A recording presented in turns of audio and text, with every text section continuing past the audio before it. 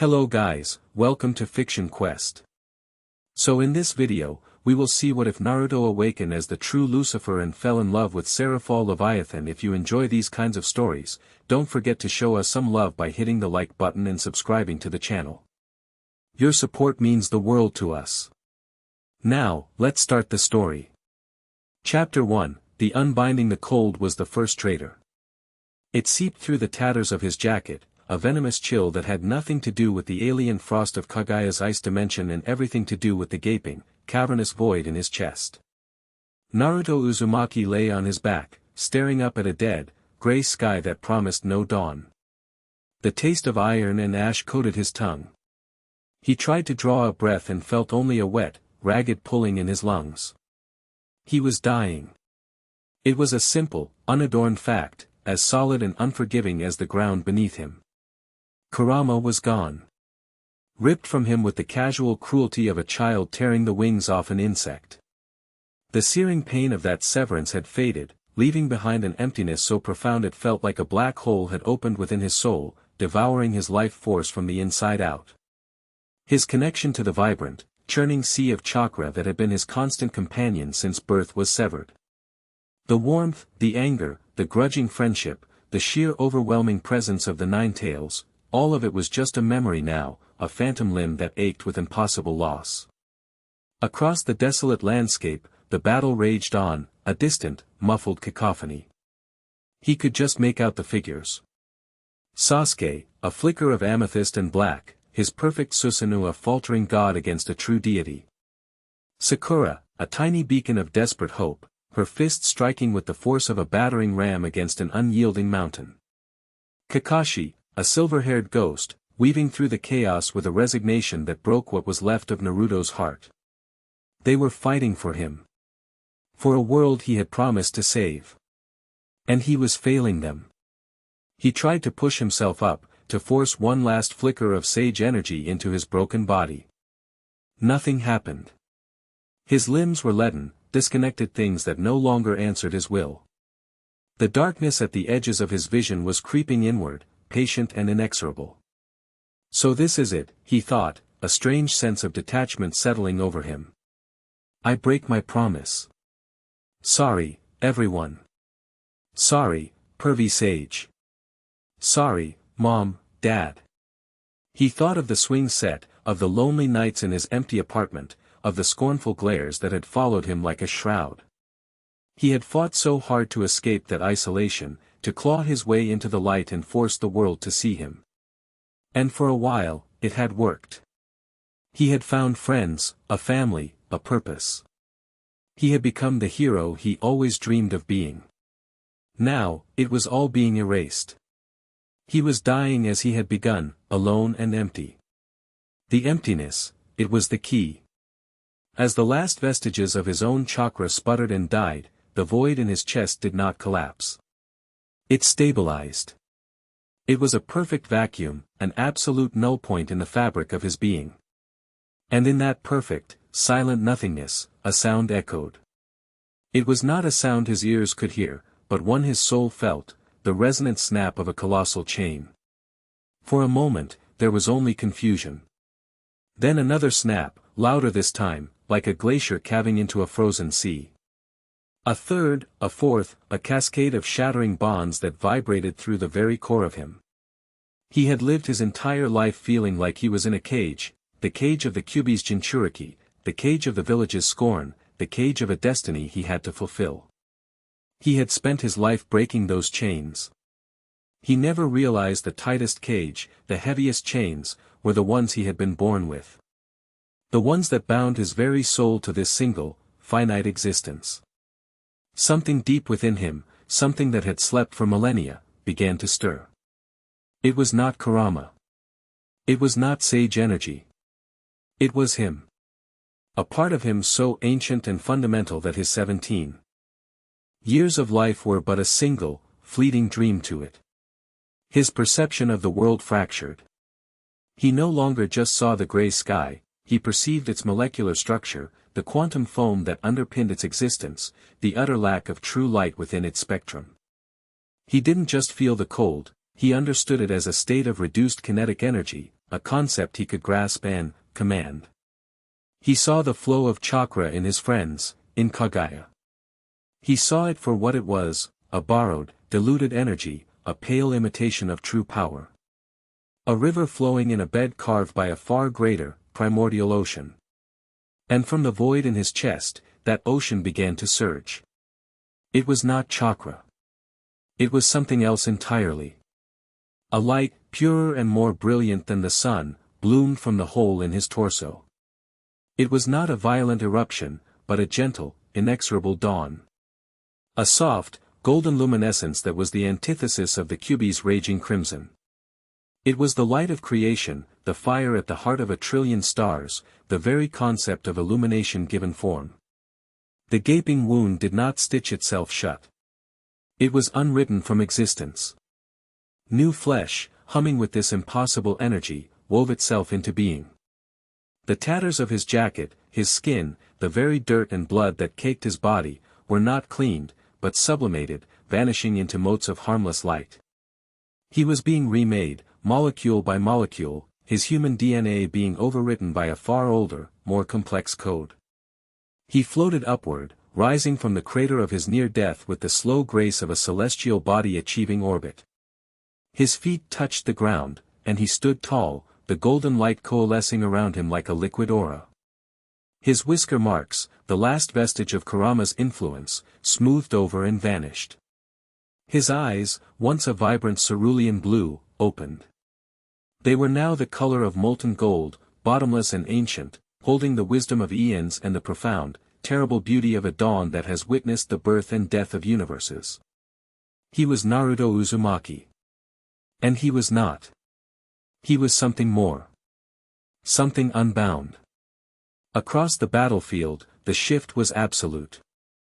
Kagaya Otsutsuki, the rabbit goddess, progenitor of chakra, a being who had consumed the fruit of the god tree and looked upon mortals as nothing more than ants, froze mid-attack.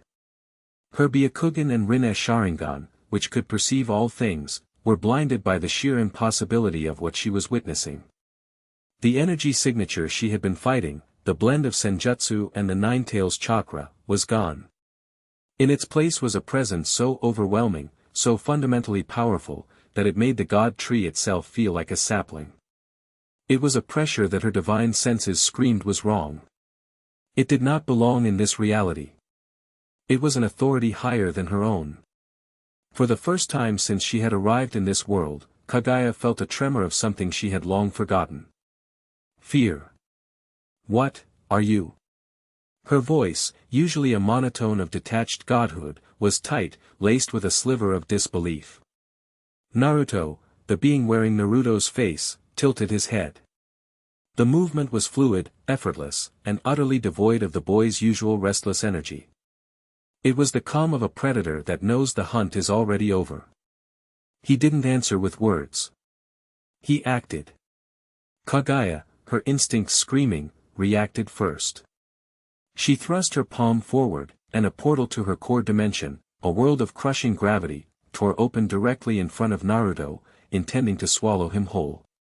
It was a technique that bent space and time to her will. The portal wavered, then collapsed into static. It didn't close. It simply ceased to be, as if the universe had suddenly forgotten the rules that allowed it to exist.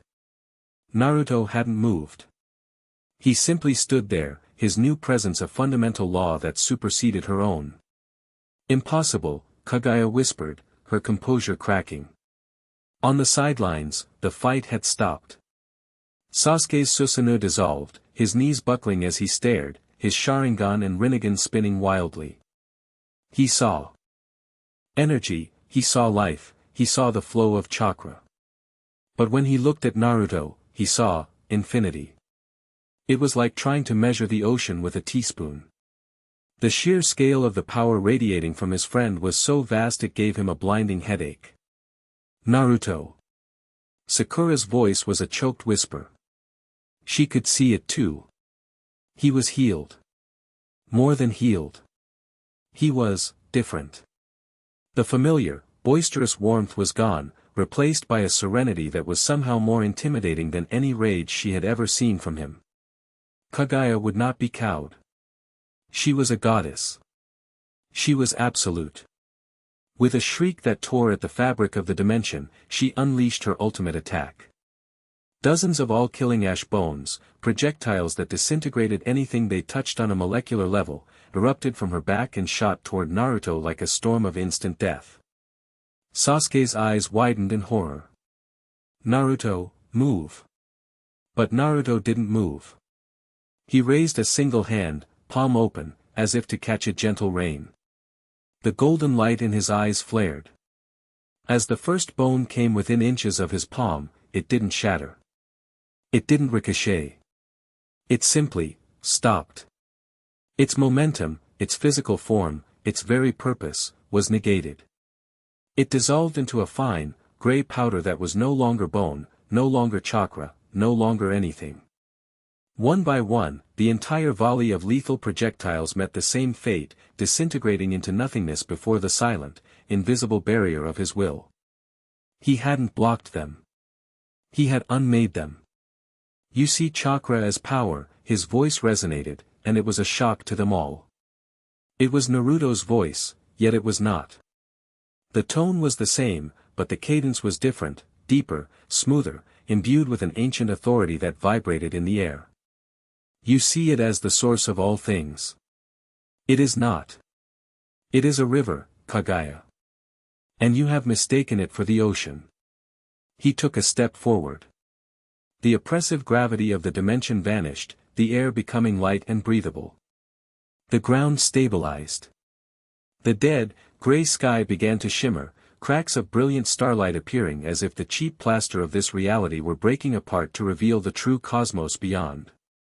He wasn't just resisting her power, he was overriding it. Kaguya screamed in a mixture of fury and terror, shifting dimensions again, a world of lava, a sea of acid, a desert of endless sand. Each time, Naruto remained the calm, unmoving eye of the storm. The lava cooled to obsidian around him. The acid evaporated into harmless steam. The desert sand swirled but dared not touch him. He was an absolute constant in her chaotic, shifting realities. "My power is absolute," she howled, her form beginning to distort as she drew on the massive chakra reserves of the captured ninja, her body swelling into a monstrous, unstable fusion with the Ten-Tails. "Your power is a cage," he replied, his voice still calm, almost gentle. "It binds you. It binds this world." He took another step, then another, walking toward the monstrous goddess as a man might walk toward a frightened animal. He raised his hand again, but this time, he was not defending. He was reaching for her. Black Zetsu, merged with her sleeve, shrieked, "Mother, destroy him. He is an abomination." Kaguya unleashed a final, desperate wave of force, a concussive blast of pure chakra that could have leveled mountains.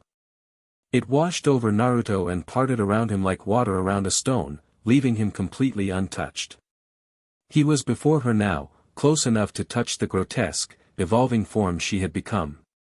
His golden eyes held no anger, no hatred. They held something far more terrifying, pity. "You consumed a fruit and thought yourself a god," he said, his voice a soft murmur that cut through her roars.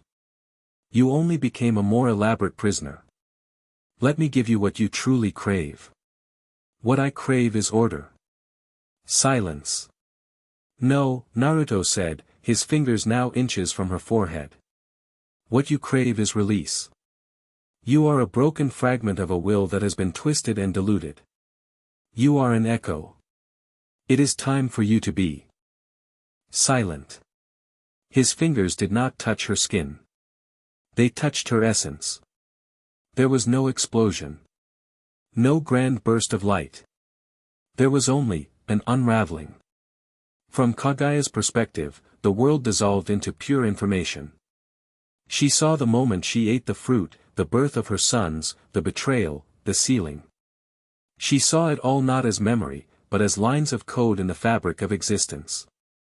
And she saw a golden light, Naruto's will, reach into that code and simply press delete. Her divine power, the chakra she had stolen from the god tree, did not explode. It was reclaimed. It flowed out of her not like a river bursting its banks, but like air being gently let out of a balloon. It dispersed into the atmosphere, returning to the planet, to the life from which it had been stolen. Her form began to shrink, to dissolve.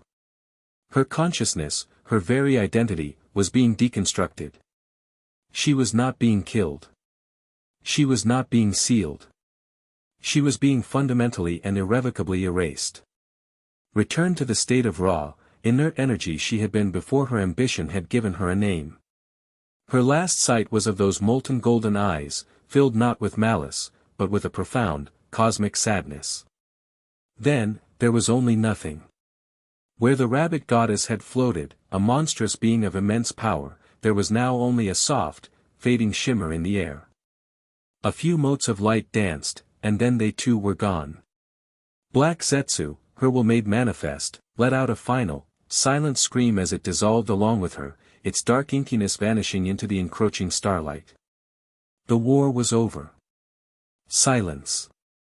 The only sound was the crunch of Naruto's feet on the now stable ground as he turned to face his comrades. Sasuke stood frozen, his hand trembling. That wasn't a sealing jutsu.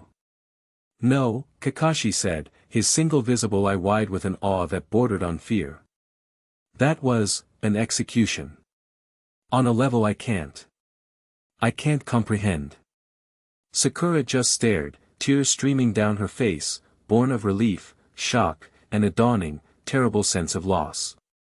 The man who stood before them wore Naruto's face, but the soul looking out from his eyes was a stranger.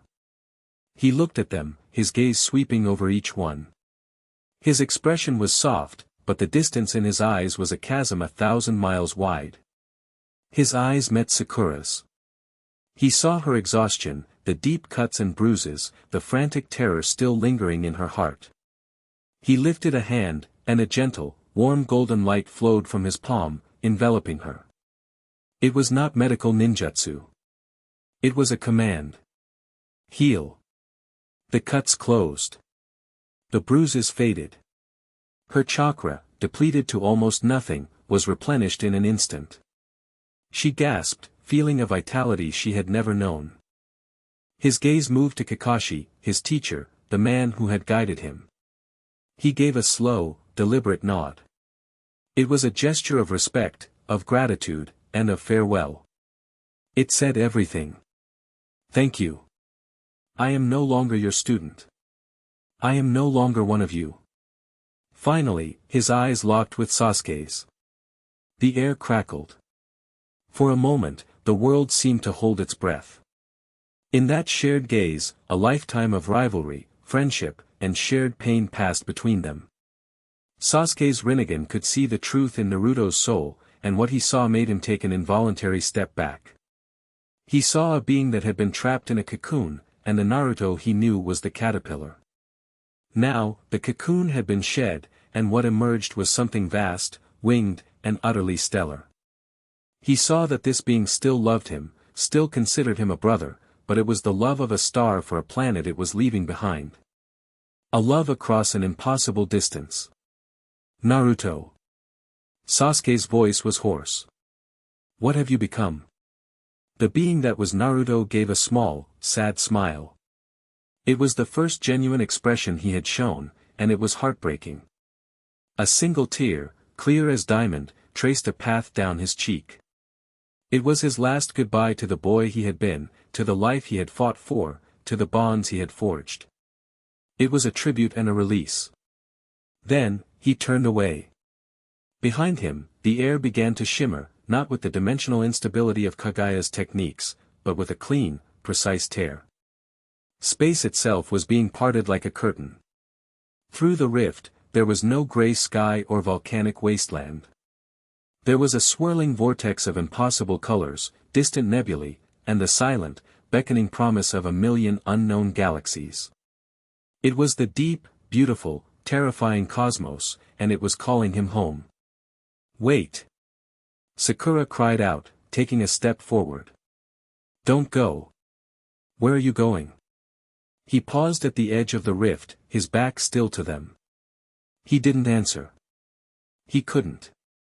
How could he explain that the world he had just saved now felt like a beautifully decorated cage? That his very existence now strained against its laws. That to stay would be to slowly suffocate. He was the morning star.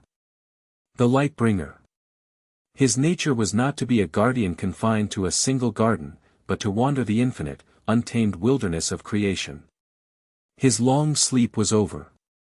Without another look back, he stepped through the tear in reality. The portal shimmered for a moment longer, a window into infinity. Then, with a soft whisper of sound, it sealed itself, leaving not even a scar in the air. Naruto Uzumaki was gone. Team 7 stood in the silent, empty dimension, the remnants of Kagaya's power fading around them. The world was saved. The infinite Tsukimi would end. But their victory was hollow, haunted by the image of a friend who had become a god and, in the process, had become a stranger. They had won the war, but they had lost him to the stars. Chapter 2, A Star Falls in Kuo. The passage between worlds was not a gentle journey. It was not a corridor or a tunnel, but an immersion. For a fleeting eternity, Naruto was discorporate, a consciousness adrift in a torrent of pure information. He felt the raw code of a dozen realities brush against his new senses, heard the silent, screaming symphonies of creation and destruction, and saw colors that had no name in any language he had ever known. His old world, with its finite sky and its laws of chakra, felt like a single, perfectly crafted snow globe he had just left behind, now shrinking into the distance of a blizzard of infinite others. He was not a passenger on this current, he was a part of it. But he was a newborn swimmer in a cosmic ocean, and his exit from the stream was less a graceful emergence and more a violent breach. He didn't have a destination. He only knew he had to get away. Away from the confines of a destiny that was no longer his. He pushed, and the fabric of a nearby reality, thin and vibrant, gave way. There was a sound like the sky itself tearing in half.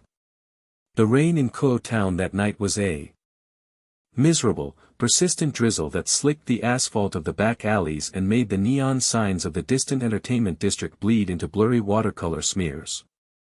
It was the kind of night that encouraged people to stay indoors, which made it perfect for business that was best conducted out of sight. In a narrow, forgotten alley between a shuttered pachinko parlor and a warehouse, two groups faced each other under the flickering yellow glare of a single security light. On one side stood three figures that were only vaguely humanoid. One had the brutish, hulking form of a minotaur with cracked, jagged horns. Another was reptilian, its skin a patchwork of dull green scales and its tongue flicking out to taste the rain-soaked air. The third was a twisted mockery of a woman, with four spindly, spider-like arms emerging from her back. Stray devils. Filth. Opposite them, looking down from the vantage of a rusty fire escape, were two men. They were handsome in a severe, cold way, dressed in dark, well-tailored trench coats. Their expressions were a mixture of arrogance and disgust. From their backs, single pairs of black, crow-like wings were furled, shedding rainwater like polished leather. Fallen angels. This is your last warning, filth, the lead fallen angel said, his voice smooth but laced with contempt. He held a spear of condensed, brilliant light in his hand, its glow cutting through the gloom. This hunting ground is under the jurisdiction of the Grigori. Crawl back to whatever hole you slithered out of. The minotaur-like stray devil snorted, a plume of hot air misting in the cold. The Satans are gone, feather duster. The underworld is fractured. We hunt where we please. These humans are ours. The second fallen angel chuckled, a dry, unpleasant sound.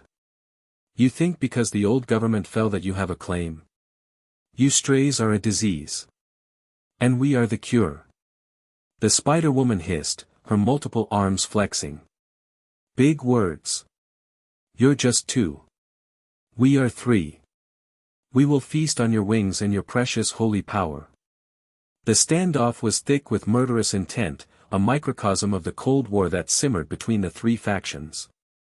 A petty, brutal turf war over the right to prey on unsuspecting mortals. The fallen angels raised their spears, light crackling. The strays tensed, their monstrous forms coiled to spring. And then, the world went silent. It was not a gradual fading of sound. It was an instantaneous, absolute cessation. The patter of the rain, the distant hum of the city, the thrum of demonic and holy energy, it all vanished, replaced by a pressure that made the very air feel solid. All five of them, fallen and stray alike, looked up. Directly above the alley, the night sky was cracking. It was not a cloud parting, but a fissure in reality itself, a jagged, golden seam that opened with the sound of tearing silk amplified 1,000,000 times. From the crack, a light spilled forth, a pure, primordial gold that was neither holy nor demonic, but something other. Something older. It did not feel hot or cold. It felt absolute. Their advanced senses, honed for detecting energy, were screaming. They were not registering a high power level. They were registering an event on par with a planetary extinction, a fundamental violation of physics. A figure fell from the rift. A young man, his orange and black clothes ripped to shreds, his blonde hair plastered to his face, his expression not of terror but of weary concentration. He hit the alley, and the world ended. There was no conventional explosion of fire and force. There was only light. A silent, expanding sphere of gold. The fallen angel who had been speaking had just enough time for his arrogant smirk to curdle into pure, unadulterated terror. The spear of light in his hand didn't just shatter, its holy energy was completely, instantly negated, dissolving into inert particles a microsecond before his body was touched by the wave. The Stray's demonic power, their very physical forms held together by rage and corruption, fared no better. The golden light washed over them, and it was like an artist wiping a canvas clean. Their bodies, their energy, their souls, they were not burned or blasted apart. They were unmade. Their constituent parts returned to a state of neutral energy, leaving behind nothing. Not a speck of ash, not a drop of blood. Just an eerie, profound emptiness where they had been standing seconds before. The shockwave, devoid of conventional force, hit the surrounding buildings. The bricks and concrete of the warehouse and the pachinko parlor didn't crumble, they disintegrated into a fine gray dust that was immediately scattered by the displaced air. When the light receded, a perfect, hemispherical crater, 50 meters in diameter, had been carved into the heart of the city block. The edges were glassy and smooth, as if cauterized by a tool of impossible precision. The rain now fell into the crater with a soft hissing sound. And in the center of it all, standing in a few inches of rapidly pooling water, was the young man. Naruto Uzumaki blinked, pushing wet bangs out of his face as he took his first breath of air in this new world. It was heavy. Thick with energies he had never felt before. He could sense the life force of the humans in the surrounding city, a familiar, comforting hum. But there were other things, too. A dark, seductive energy that clung to the shadows, laced with emotion and desire, demonic. A rigid, structured, and faintly arrogant energy that felt like a distant, sterile star, holy. And a third, a blend of the two, touched with knowledge and regret, fallen. It was a tapestry of power, coarse and chaotic compared to the refined purity of his own world's chakra, but vibrant nonetheless. He was a master painter dropped into a gallery of alien art, and he was simply observing. Okay, he murmured to himself, his voice sounding strange in the sudden quiet. So, where is this? On a rooftop several blocks away, a young woman in a frilly pink dress adorned with hearts and ribbons lowered a pair of high-powered, jewel-encrusted binoculars. Her aquamarine hair, tied into pigtails, swished as she turned her head, her expression of cheerful excitement having vanished entirely. Serafall Leviathan, one of the 4 great Satans who ruled the underworld, had not been on official business. She had been indulging in her favorite pastime, secretly watching over her beloved little sister, Sona Citri, as she navigated her life in the human world. She'd been about to mentally critique Sona's student council for their lack of magical girl-themed flair when the world had tilted on its axis. It wasn't just a power spike. Power spikes were common. A high-class devil getting into a brawl, a rogue exorcist making a move. She could sense those like a shift in barometric pressure. This was different. This was like the fundamental constant of gravity had suddenly decided to triple for a nanosecond. An energy signature that did not exist on any known scale, not devil, not angel, not fallen, not dragon, not even Great Red's chaotic aura, had just torn a hole in reality, annihilated half a dozen supernatural entities, and carved a crater into a city she was sworn to oversee. The playful, sparkling persona of magical girl Serafall-chan evaporated like mist in a furnace. Her bright, cheerful eyes, the color of a tropical sea, narrowed. Their light became hard, focused, and cold as the deepest abyss. This was the gaze of the Leviathan, the military leader who had crushed her opposition in the Civil War, a being of catastrophic power and razor-sharp intellect. "Report," she said, her voice dropping an octave, losing all of its bubbly affectation. A small, bat-like familiar materialized from the shadows beside her. "Energy source unidentifiable, Lady Leviathan," it squeaked, its entire body trembling. "All combatants at the location are gone. Erased. No traces remain. The epicenter's residual energy is stable but incomprehensible. The damage to the city block is absolute but contained." Contained. That was the part that chilled her. A blast of this magnitude should have leveled half of Kuo. The precision was as terrifying as the power. Without another word, she was gone. Not in a showy swirl of magic, but a simple displacement. One moment she was on the rooftop, the next, a flicker of deep blue light and a flurry of diamond dust appeared at the edge of the newly formed crater. A scent of ozone and cold, clean starlight hung in the air. Her eyes swept the scene, taking in the impossible smoothness of the crater, the utter lack of debris. Then they focused on the figure at the center. It was a boy. He looked no older than Rias's new pawn, just a teenager.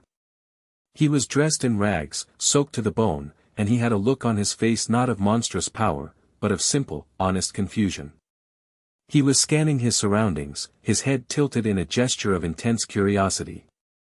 Serafall's mind, a supercomputer of strategic calculation, raced. A weapon? No, the energy felt organic. A newly awakened deity? Possible, but unlikely. It felt older than any of the gods she knew. An extra-dimensional being? Almost certainly. Hostile. The destruction was absolute, but he wasn't rampaging. He was just, standing there.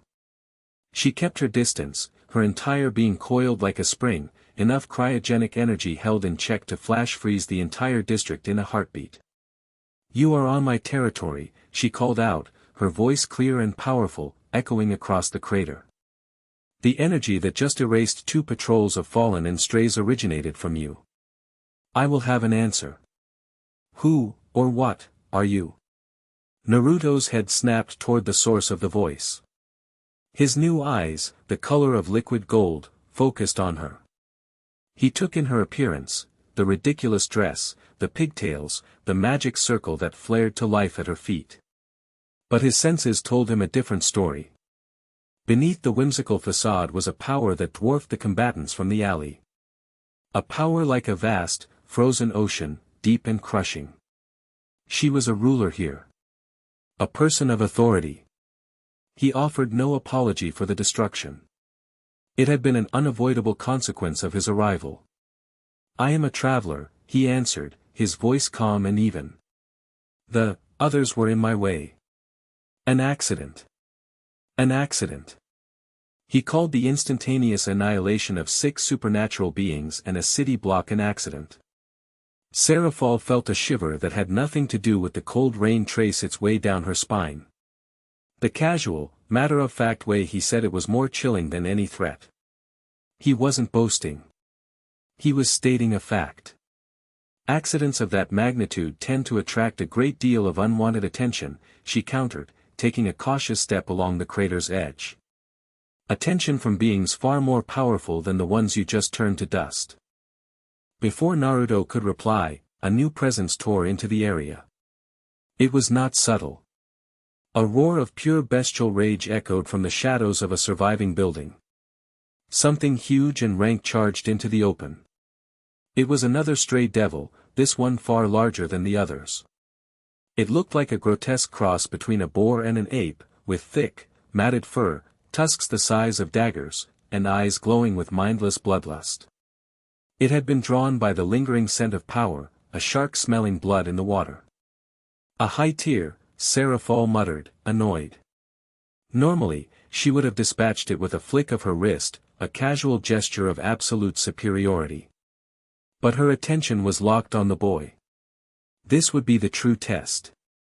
The boar demon ignored her completely, its tiny, malevolent eyes fixed on the epicenter of the power, Naruto. With a guttural bellow, it charged, its massive hooves churning the muddy ground at the crater's bottom. Demonic energy, a foul purple miasma, gathered around its tusks. Naruto watched it come, his expression unchanged. He looked, bored. Annoyed, even. This creature was an insect, a distraction from the more important task of figuring out where and when he was. He didn't power up.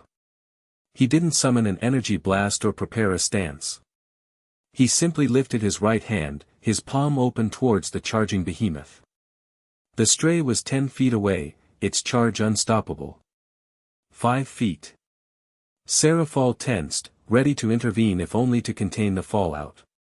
Then, Naruto closed his fist. It wasn't a punch. It was just a simple gesture. A clenching of fingers.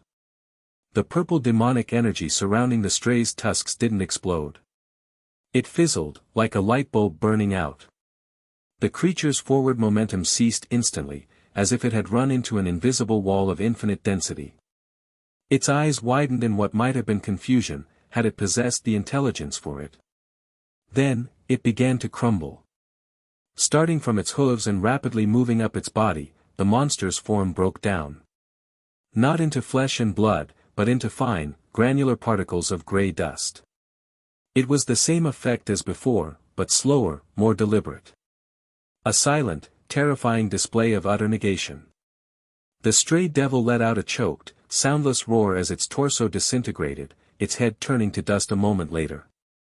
The wind picked up, and the cloud of gray powder that had once been a high-tier devil was scattered into the night, leaving nothing behind. Silence returned to the crater, heavier and more profound than before. Serafall stared, her mouth slightly agape. Her mind, capable of processing trillions of magical calculations per second, had no framework for what it had just witnessed. It wasn't ice magic, or power of destruction, or holy light. He hadn't overpowered the devil's magic. He had simply said no. He had commanded its very existence to cease, and it had obeyed. This wasn't a weapon. This wasn't a god. This was a walking, breathing fundamental law of the universe. And he was standing in the middle of her sector, looking like a lost tourist. The strategic implications slammed into her with the force of a physical blow. If the angels or the fallen found him, if the old Satan faction got their claws into him, the delicate balance of power that had kept the world from tearing itself apart would be shattered. He could not be an enemy. He could not be allowed to roam free. Her decision was instantaneous. The rain began to lighten as Naruto lowered his hand, his golden eyes turning back to her. He had made his point. Serafall took a deep breath, and when she spoke again, her voice was different. The cold authority was gone, replaced by a careful, measured diplomacy. My name is Serafall Leviathan. The destruction you've caused will bring armies here within the hour. They will not be as understanding as I am. She met his gaze directly, letting him see the sincerity in her eyes, letting him feel the shift in her energy from confrontation to proposition. You are lost. You need information. And I need to make sure you don't accidentally wipe my city off the map. Come with me. I can offer you sanctuary, answers, and a place to stand where you won't have the vultures of all three factions descending upon you. Naruto considered her. He felt the truth in her words. Armies. Factions. He was in a world of complex politics he did not yet understand. He was powerful, yes, but he was alone and ignorant. This woman, Serafall, was offering a shortcut through the chaos.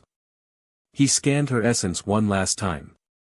He felt her immense power, her sharp intellect, and beneath it all, a fierce protectiveness. She was a leader, not a tyrant. He could not sense any deception in her offer, only a core of pragmatic self-interest and genuine curiosity. That, he could work with. He gave a slight, almost imperceptible nod. "All right, Serafall Leviathan. Lead the way." Relief, sharp and profound, washed through Serafall. She had made the right move. "Good choice," she said, a hint of her usual sparkle returning to her eyes, though it was now tempered with a deep, abiding caution. "This will be much less messy." A complex, beautiful magic circle, shimmering with the crest of the House of Citri, bloomed on the ground around them. It glowed with a deep blue light, kicking up a swirl of raindrops and diamond-like particles of ice. Just as the light enveloped them, Naruto glanced back up at the sky, at the spot where he had torn his way through. The rift was gone, but he could still feel the lingering wound in space-time. He had left a trail. He didn't know if anyone or anything could follow it. But as the teleportation magic whisked him away from the scene of his arrival, leaving behind a silent, perfectly carved crater and a profound, terrifying mystery for the censors of the supernatural world to puzzle over, a part of him hoped someone would. The loneliness of being singular, he was quickly discovering, was a cold and heavy burden.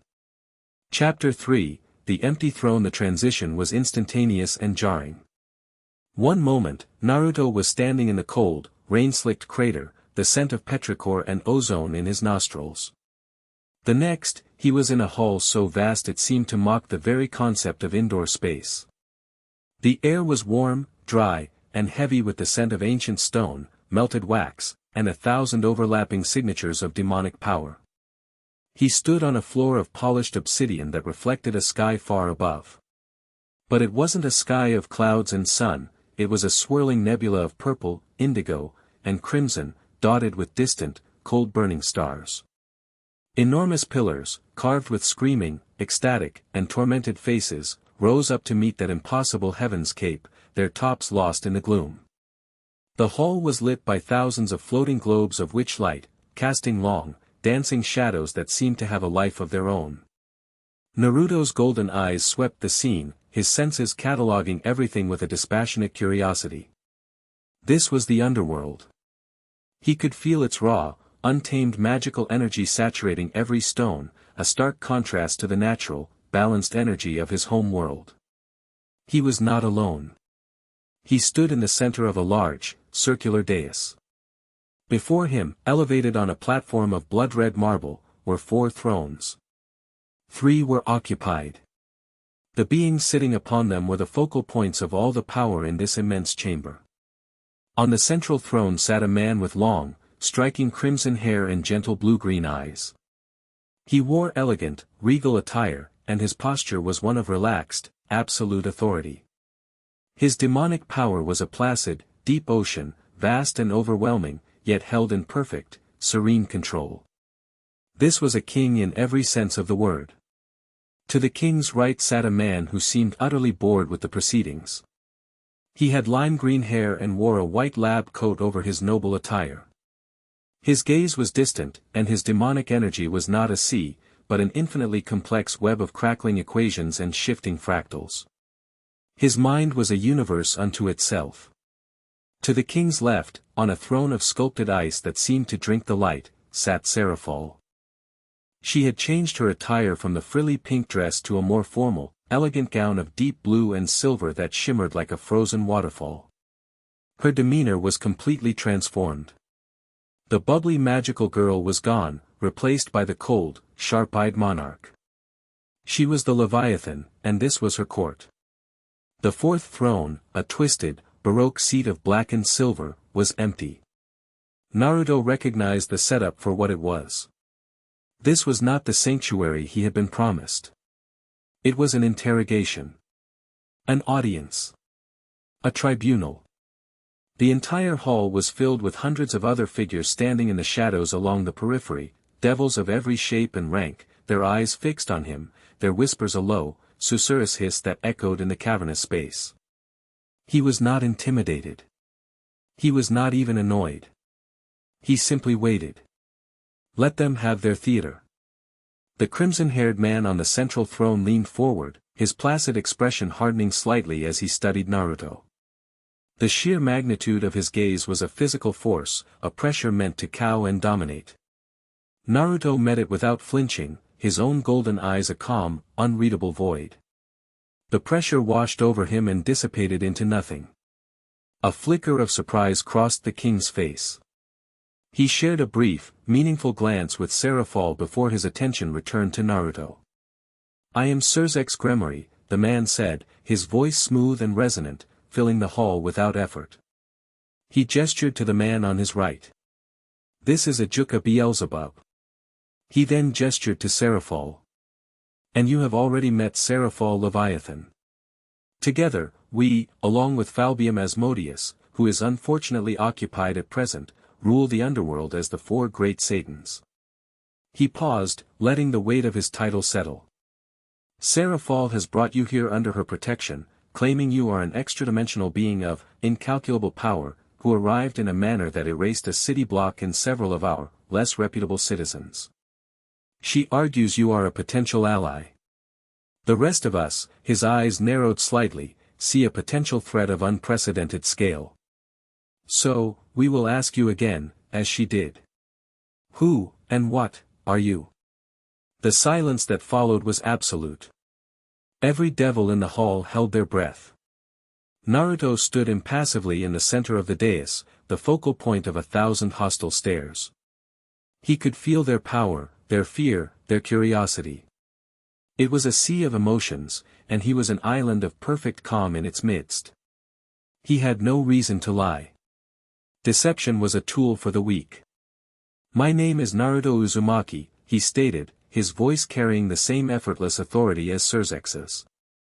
It was not loud, but every soul in the hall heard it as if he were whispering directly in their ear. "I was once a human from another world. I am no longer just human." He took a slow breath, letting his own energy, the quiet, golden light of the morning star, bloom just enough for their senses to get a true taste of it. Not an aggressive display, but a simple statement of fact. The witch lights in the hall flickered and dimmed. The swirling nebula sky above seemed to brighten, its colors shifting towards gold. Ajuka Beelzebub's eyes widened, and he sat up straighter, a frantic, invisible calculation running behind his gaze. Serafall's placid mask slipped, revealing a deep, profound shock. Serafall had felt it before, in the crater. But here, in the heart of their power, it was even more pronounced. It was an energy that felt, more fundamental than their own. Their demonic power was a complex, powerful language. His was the alphabet from which all languages were born. "As for what I am," Naruto continued, his golden eyes sweeping over the four thrones, finally resting on the empty one. "That throne is for the Lucifer, is it not?" A wave of murmurs and gasps swept through the assembled devils. Serafall's expression hardened. "I hold the title of Lucifer," he stated, a clear warning in his tone. "It was granted to me after the Great War." "A title," Naruto said, the word dripping with a dismissiveness that bordered on contempt. "You hold a title. You inherited a name. I do not care for your title. I have no interest in your politics or your throne." He paused, letting his next words land with the force of a physical blow. "I am simply telling you who I am. I am Lucifer. The original. The first. The one from whom the name was taken." The hall exploded into chaos. Shouts of "blasphemy! Lies! Impossible!" echoed from the assembled nobility. Several high-ranking devils took an aggressive step forward, their demonic energy flaring, only to be forced back by a single, sharp glare from Serafall. Serafall raised a hand, and silence fell once more, though the tension was now a living, breathing thing in the room. He stared at Naruto, his mind racing. It was an insane claim. The original Lucifer had been killed by the biblical god at the end of the Great War. It was historical fact. And yet, the power this boy, this being, was radiating, it felt ancient. It felt primordial. It felt like light. A pure, untainted light that had nothing to do with the holy power of the angels, which was rigid and dogmatic. This was different. This was the light of a star. The light of a new day. A morning star. Ajuka Beelzebub finally spoke, his voice quiet but sharp, cutting through the tension. My Kankara formula is attempting to analyze your power signature. It cannot. The calculations collapse into infinity.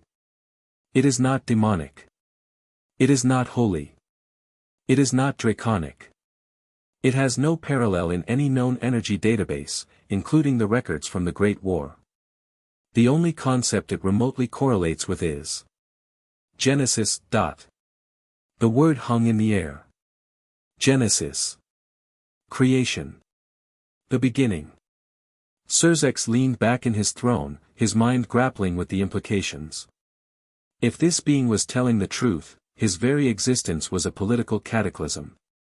The name Lucifer was a symbol of their new government, a government founded on the idea that power should be earned, not inherited by bloodline. If the original Lucifer returned, it would give the old Satan faction, the descendants of the original rulers who still festered in the shadows, a figurehead, a cause. It would ignite a civil war that would tear the underworld apart. Your claim is bold, Serzex said carefully, choosing his words like a man walking through a minefield. And if true, it makes you the single greatest threat to the stability of our world. Only if you see me as an enemy, Naruto countered smoothly. I told you. I do not want your throne. The politics of ants fighting over a mound of dirt do not interest me. I am not here to rule. I am here to live. Freely. The word freely seemed to vibrate with a power all its own. It was a declaration of intent. A philosophy. And it was the core of everything the original Lucifer had stood for, the ultimate, untamed freedom of will. Serafall seized the opening, her voice ringing out with cold, clear logic.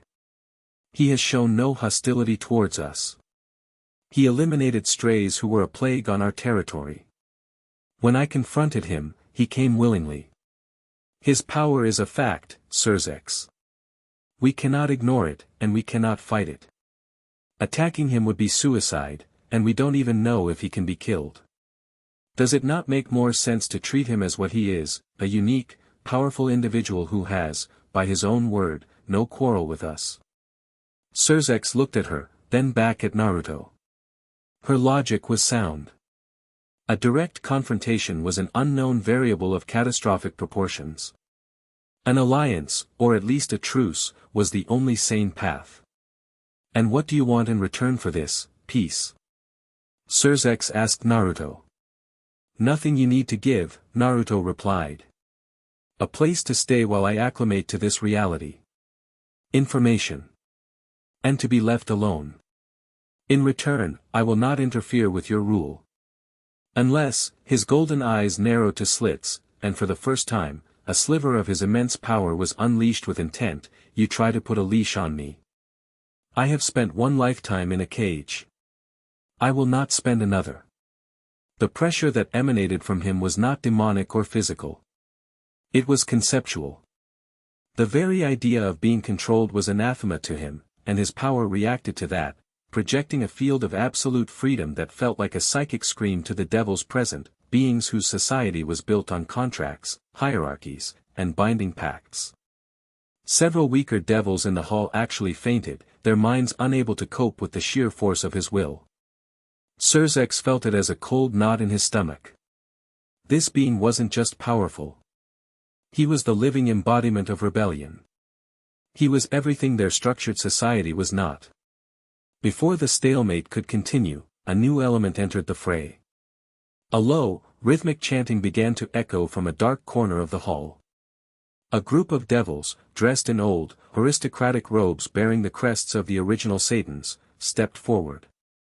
Their leader was an old, gaunt devil with a cruel sneer. "Lord Cruzuri," Serzex said, his voice tight with displeasure. "This is a private meeting of the Satans. It ceased to be private when you brought an outsider into the heart of Lucifer." Cruzuri Asmodeus shot back, his eyes gleaming with fanaticism. He and his followers ignored the Satans and dropped to one knee, bowing their heads not to Serzex, but to Naruto. "My Lord Lucifer!" Cruzuri cried, his voice filled with zealous fervor. "You have returned. The true king has returned. The usurpers who stole your name and your thrones will be cast down. We, the loyal children of the old ways, have waited for this day. Command us, and we will restore you to your rightful place." Naruto looked down at the kneeling devils with an expression of profound disinterest. He saw their ambition, their greed, their lust for power. They didn't see him. They saw a symbol. A tool. A weapon to be wielded in their petty political squabbles. He sighed. It was the village council all over again, just with better clothes and a more dramatic setting. "Stand up," Naruto said, his voice flat. Cruzuri and his followers rose, their faces alight with triumphant hope. "You bore me," Naruto stated simply. The words were a physical slap. Cruzuri's face fell, confusion warring with outrage. "My lord Dash. You speak of loyalty, but you crave power. You speak of my rightful place, but you only seek to elevate your own. You are flies, buzzing around a corpse, hoping for a feast." Naruto's gaze turned from them back to Serzex. "See. I have no interest in being your enemy. And I have even less interest in being their king." He had single-handedly dismantled the old Satan faction's gambit before it had even begun, dismissing them with a casual wave of his hand. It was a political masterstroke achieved through sheer, unadulterated apathy. Serzex stared, a slow, grudging respect dawning in his eyes. This Naruto Uzumaki was not some rampaging beast. He was intelligent, decisive, and utterly, completely, his own master. Serafall hid a small, triumphant smile. She had been right. He wasn't a threat to be managed, but a force to be understood. In a place that was not a place, a realm of pure geometry and silent, colorless light, consciousnesses that had no name stirred. They were not gods. Gods were products of belief, of narrative, of life. They were older. They were the architects of the scaffolding that held reality together, the arbiters of the fundamental laws. They were the Eschaton. They did not speak. They perceived. And they had all perceived the same event, the shattering of a primordial seal and the emergence of an unsequenced, unbound variable. A signature that was anathema to their core purpose, stasis. Order. The predictable, immutable progression of cosmic law.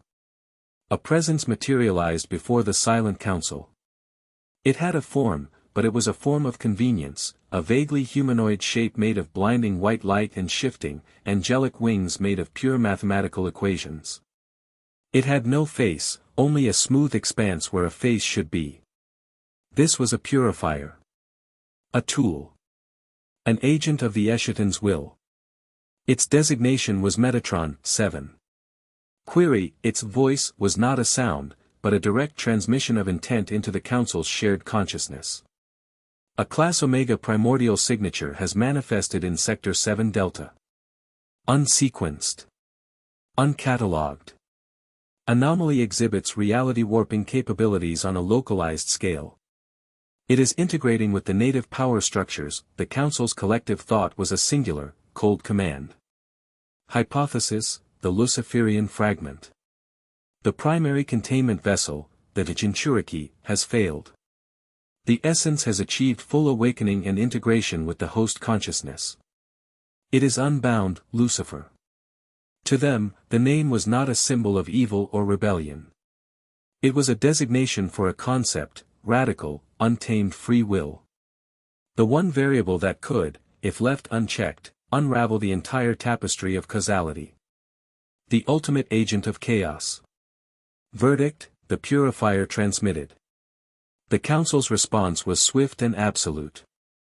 The anomaly represents a foundational threat to cosmic stasis. Direct erasure is a high-risk variable. It may destabilize the local reality cluster. Begin with indirect measures. Observe. Analyze. Test its capabilities. The collective will of the Eschaton focused on their agent. You are tasked, Metatron 7. Investigate the aberration. Quantify its threat. Identify its weaknesses. Do not engage directly unless the anomaly threatens to breach a foundational law. Proceed. The purifier designated Metatron 7 gave a conceptual nod of acknowledgement. The light of its form shimmered, and it vanished from the geometric realm.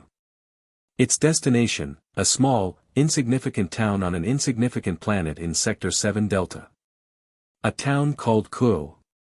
It was time to examine the work of the Morningstar.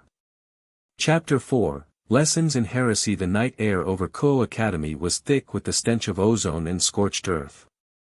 A massive, dome-like barrier of shimmering purple energy encased the school grounds, cutting it off from the unsuspecting human world. Inside that dome, a war was being lost. Rias Gremory, her crimson hair plastered to her face with sweat and grime, knelt on one knee, gasping for breath. Her ruby-red aura of destruction, usually a roiling, confident inferno, was now a guttering candle flame. Aquino was down, her shrine maiden uniform torn and smoking, her lightning attacks having proven utterly ineffective. Kaneko, her small form belying her immense strength, lay half-buried in a crater, unconscious. Kiba, the ever-graceful knight, was struggling to his feet, his holy erasing demonic sword cracked and chipped. Only Zenobia Quarta, her eyes burning with righteous fury, still stood defiant, the holy sword Durandal humming with power in her hands. Is this all the little sister of a Satan has to offer? A voice boomed from above, dripping with theatrical condescension. How disappointing. Floating in the air, framed against the sickly purple sky of the barrier, was Kokobeel. He sat casually on a throne of black, jagged stone he had conjured, one of the 10 leaders of the fallen angels, a war maniac with 10 feathered wings of midnight black. He looked utterly bored, like a cat toying with a half-dead mouse. Surrounding him were dozens of lesser fallen angels and a small army of 3-headed hellhounds, their fiery breath charring the grass of the athletic field. You speak of disappointment, Zenobia shot back, pointing Durandal at him like an accusing finger. You are a leader of the Grigori, a child of God who has fallen from grace. Yet you seek to incite war for your own amusement. You are a disgrace to both heaven and hell. Kokobeel laughed, a deep, rumbling sound that grated on the nerves. Child of God. Oh, you sweet, ignorant little church girl. God is dead. He died in the Great War, along with the original Satans. There is no one left to lead. No one to give us purpose. So I will create a new purpose. A new war. One that will engulf all 3 factions and burn this stagnant, boring world to the ground. He raised a hand, and a dozen spears of pure, blinding light materialized in the air around him. Your faith is misplaced. Your power is insignificant. It is time for the curtain to fall. He flicked his wrist, and the light spears rained down, not just on Zenobia, but on the entire down peerage. It was an attack designed not just to kill, but to utterly annihilate. Rias closed her eyes, a tear of frustration and despair tracing a path through the dirt on her cheek. She had failed. She had failed her family, her peerage, her friends. The impact never came. There was a sound. Not an explosion, but a soft, melodic chime, like a single, perfect crystal bell being struck. The rain of light spears, moments from impact, froze in midair. Then, their holy light seemed to be, siphoned away, drawn towards a single point as if pulled by a voracious, invisible whirlpool. In seconds, the spears of brilliant light were reduced to dull, inert slivers of metal that clattered harmlessly to the ground. The world seemed to hold its breath. Kokobiel's arrogant smirk vanished, replaced by a look of stunned disbelief. Rias's eyes snapped open. Zenobia lowered Durandal, her knuckles white. Two figures stood on the athletic field, having appeared from nowhere. They hadn't teleported in with a flash of light or a magic circle. One moment, the space had been empty. The next, they were simply there. Serafall Leviathan stood with her hands on her hips, her usual whimsical dress replaced by a surprisingly practical, navy blue magical girl uniform that pulsed with faint, icy light. Her expression, however, was anything but whimsical. It was a mask of cold, murderous fury. Her eyes were fixed on the downed students, particularly the prone forms of Rias and her peerage. "Kokobiel," she said, her voice dangerously quiet, yet it carried across the entire field. "You have targeted the little sister of my dear friend and colleague. You have done this in a territory under my protection. You have 10 seconds to pack up your toys, undo this barrier, and crawl back to Azazel to beg for his forgiveness. After that, I will personally turn this entire school and everything in it into a monument of absolute zero." Kokobiel stared, his shock giving way to manic glee. Serafall Leviathan. One of the great Satans herself. Excellent. This pathetic little skirmish has just become a main event. His excitement was so profound that he almost missed the second figure. The one standing slightly in front of Serafall. It was the young man from the crater. The blonde with the impossible, golden eyes.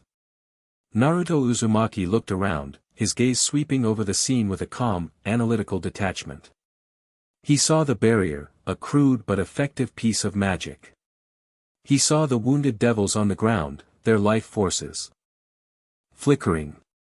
He saw the arrogant fallen angel on his throne of rock. He catalogued it all, his expression one of faint, intellectual curiosity, as if he were observing a particularly predictable chemical reaction. "So this is a leader of the fallen angels," Naruto said, his voice a low murmur meant only for Serafall, yet Kokobiel's enhanced senses picked it up. "He's loud." The casual dismissal was more insulting than any threat. Kokobiel's grin tightened into a snarl. "And who is this, Leviathan? Your new boy toy? He has a strange energy about him. Let's see what's inside." With a flick of his fingers, a single, condensed spear of light, far more powerful than the previous volley, shot towards Naruto's chest. It moved faster than sound, a golden-white blur of holy annihilation.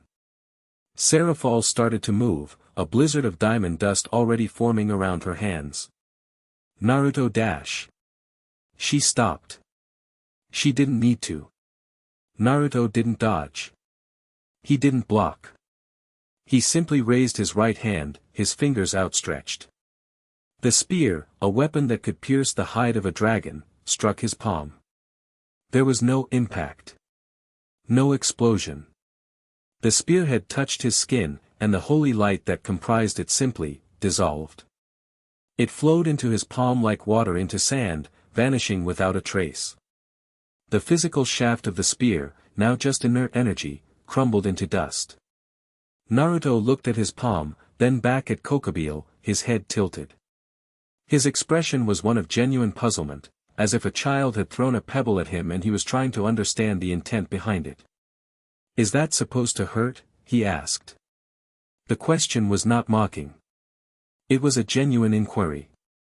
The silence that followed was a deafening roar. Rias pushed herself up, her eyes wide with disbelief. Zenovia's jaw was slack. This boy, he had just caught a holy light spear with his bare hand and absorbed it. That was impossible. Holy power was poison to any being not of heaven. For a devil, it was agonizing. For anything else, it was destructive. No one simply ate it. Kokobiel shot to his feet, his throne of rock crumbling into dust beneath him. His boredom was gone, replaced by a mixture of outrage and a dawning, frantic excitement. "What are you?" No devil can touch holy light like that. What kind of creature are you? He's my friend, Serafall answered for him, stepping forward. A massive, intricate magic circle, the crest of Leviathan, bloomed beneath her feet. The temperature in the barrier plummeted. Frost began to creep across the grass, and the air crackled with cryogenic power. And he's the one who is going to hold your minions off while I deal with you. She shot Naruto a quick, sharp look. A look that said, keep them busy.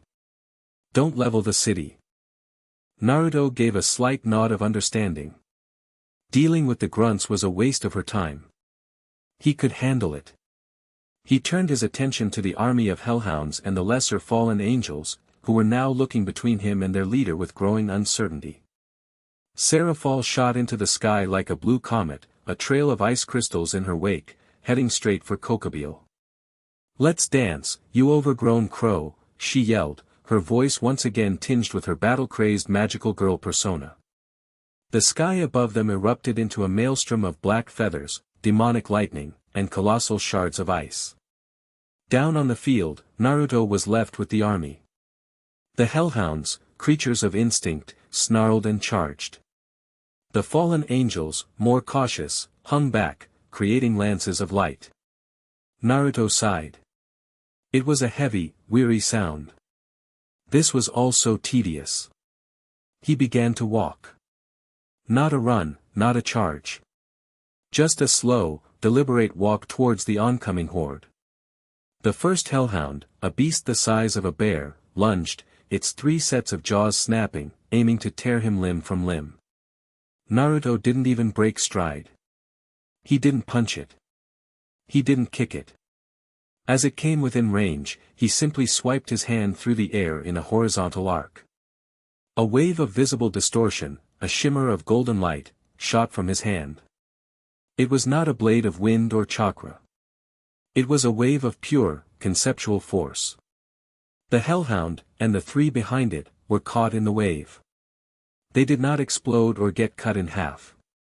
For a single, surreal moment, they were bisected by the golden light, their forms seeming to unravel like poorly knit sweaters. Then, they dissolved into motes of fading light and vanished. The other hellhounds skidded to a halt, a primal fear finally overriding their bloodlust. The fallen angels behind them didn't hesitate. Fire, one of them screamed, and a volley of 24 light spears shot toward him. Naruto kept walking, his pace unhurried. He didn't even raise a hand this time.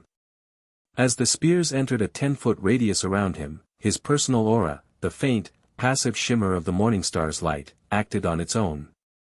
The holy energy of the spears was neutralized, and they fell to the ground as useless metal shafts, clattering around his feet as he walked over them. He was a walking, talking dead zone for holy power. This was no longer a battle. It was a lesson. And the students were Rias, Zenobia, and the rest of the devils and angels watching in stunned silence. He's just walking, Kiba breathed, having managed to get to his feet. He's not fighting them, Rias whispered, her mind struggling to process what she was seeing. He's negating them. Naruto was now in the midst of the terrified pack of hellhounds. One snapped at his leg. He glanced down, and with a flick of his wrist, the creature dissolved into dust. Another tried to flank him. He didn't even look at it, but a pulse of golden light emanated from his back, and the monster ceased to exist. He walked through them like a man wading through a field of wheat, each step, each casual gesture, erasing another creature from existence. The remaining fallen angels panicked. This wasn't a fight. This was a purge. They broke rank, turning to flee, their black wings beating frantically. Leaving so soon. Naruto's voice was conversational. He stopped walking and raised a hand. The lesson isn't over. He snapped his fingers.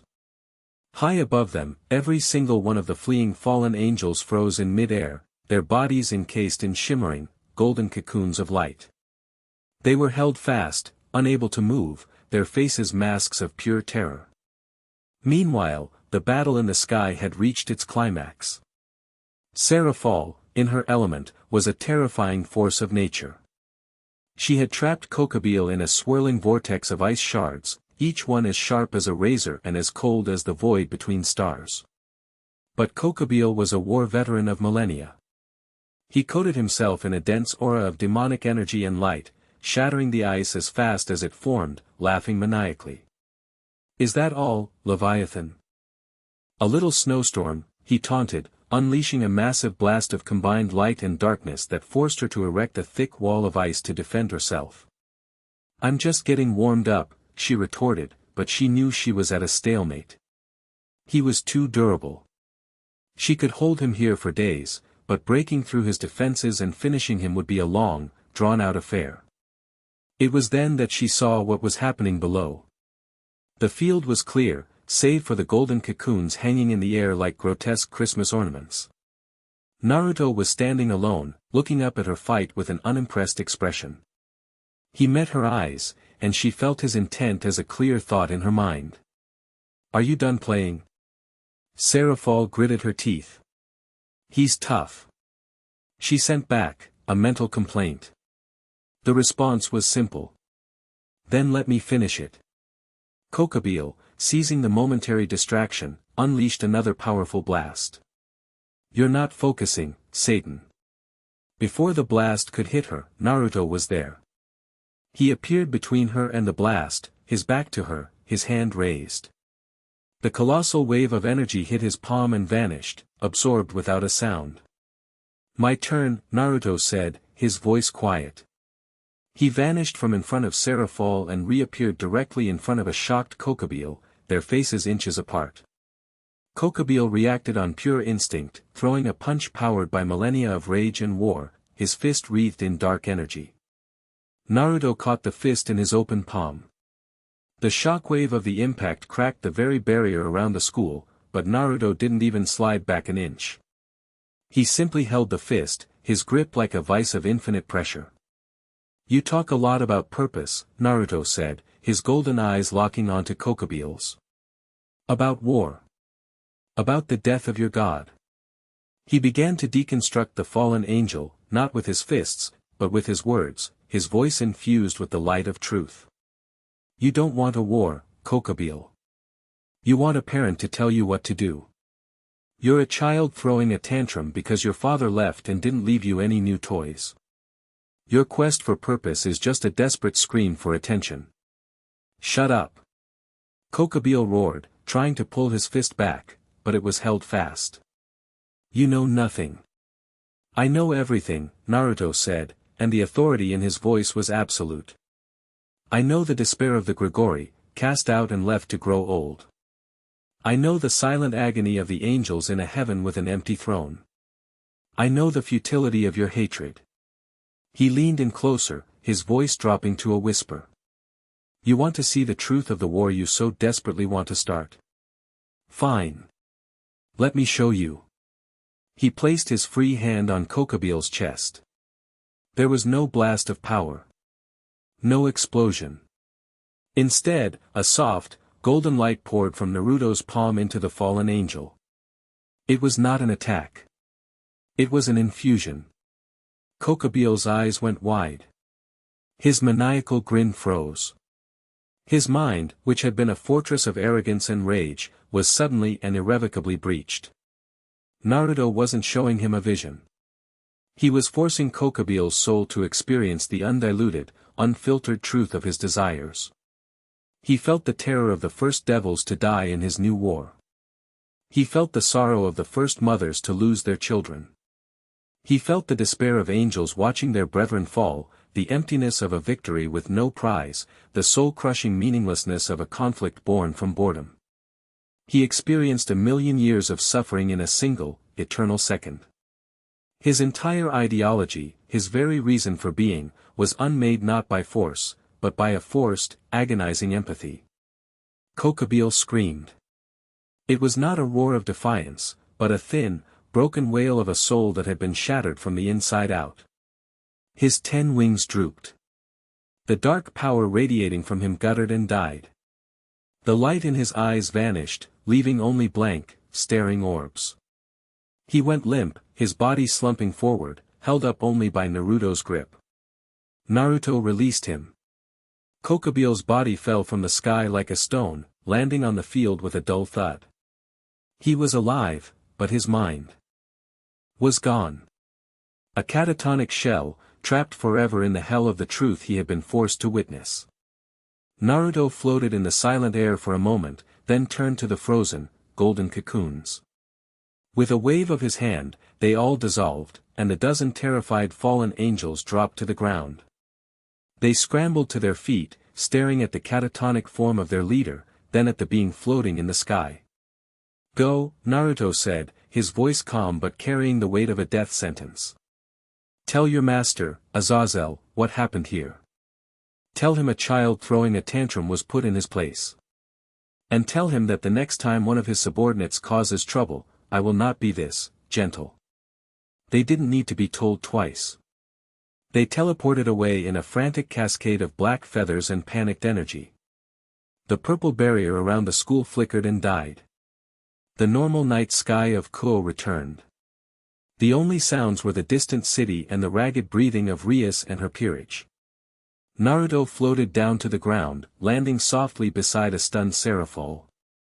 He glanced at the wounded devils, then at Rias, who was staring at him with a mixture of terror and awe.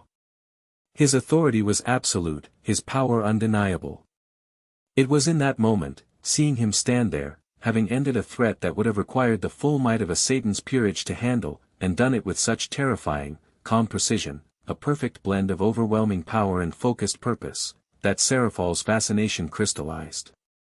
It was no longer just strategic admiration or curiosity. A warmth spread through her chest that had nothing to do with magic. It was a deep, resonant pull towards this impossible being who was so much more than he appeared. He had not just won a fight. He had enforced his own brand of justice, a justice based not on rules or laws, but on a fundamental, terrifying truth. And she found it breathtaking. Chapter 5, Echoes and Horizons. Serafall's personal domain was a place of profound and perfect silence. It existed as a pocket dimension of her own creation, a testament to her title as the Leviathan. It was not a world of raging blizzards or treacherous ice fields, but one of serene, sculpted beauty. A vast palace, carved from a single, continuous glacier of impossible size, floated in a sky of perpetual twilight, where soft, multicolored auroras danced slowly. The walls were not cold to the touch, they held a deep, resonant hum of contained power, and the light from the auroras refracted through them, casting a million shifting rainbows across floors of polished, star-dusted ice.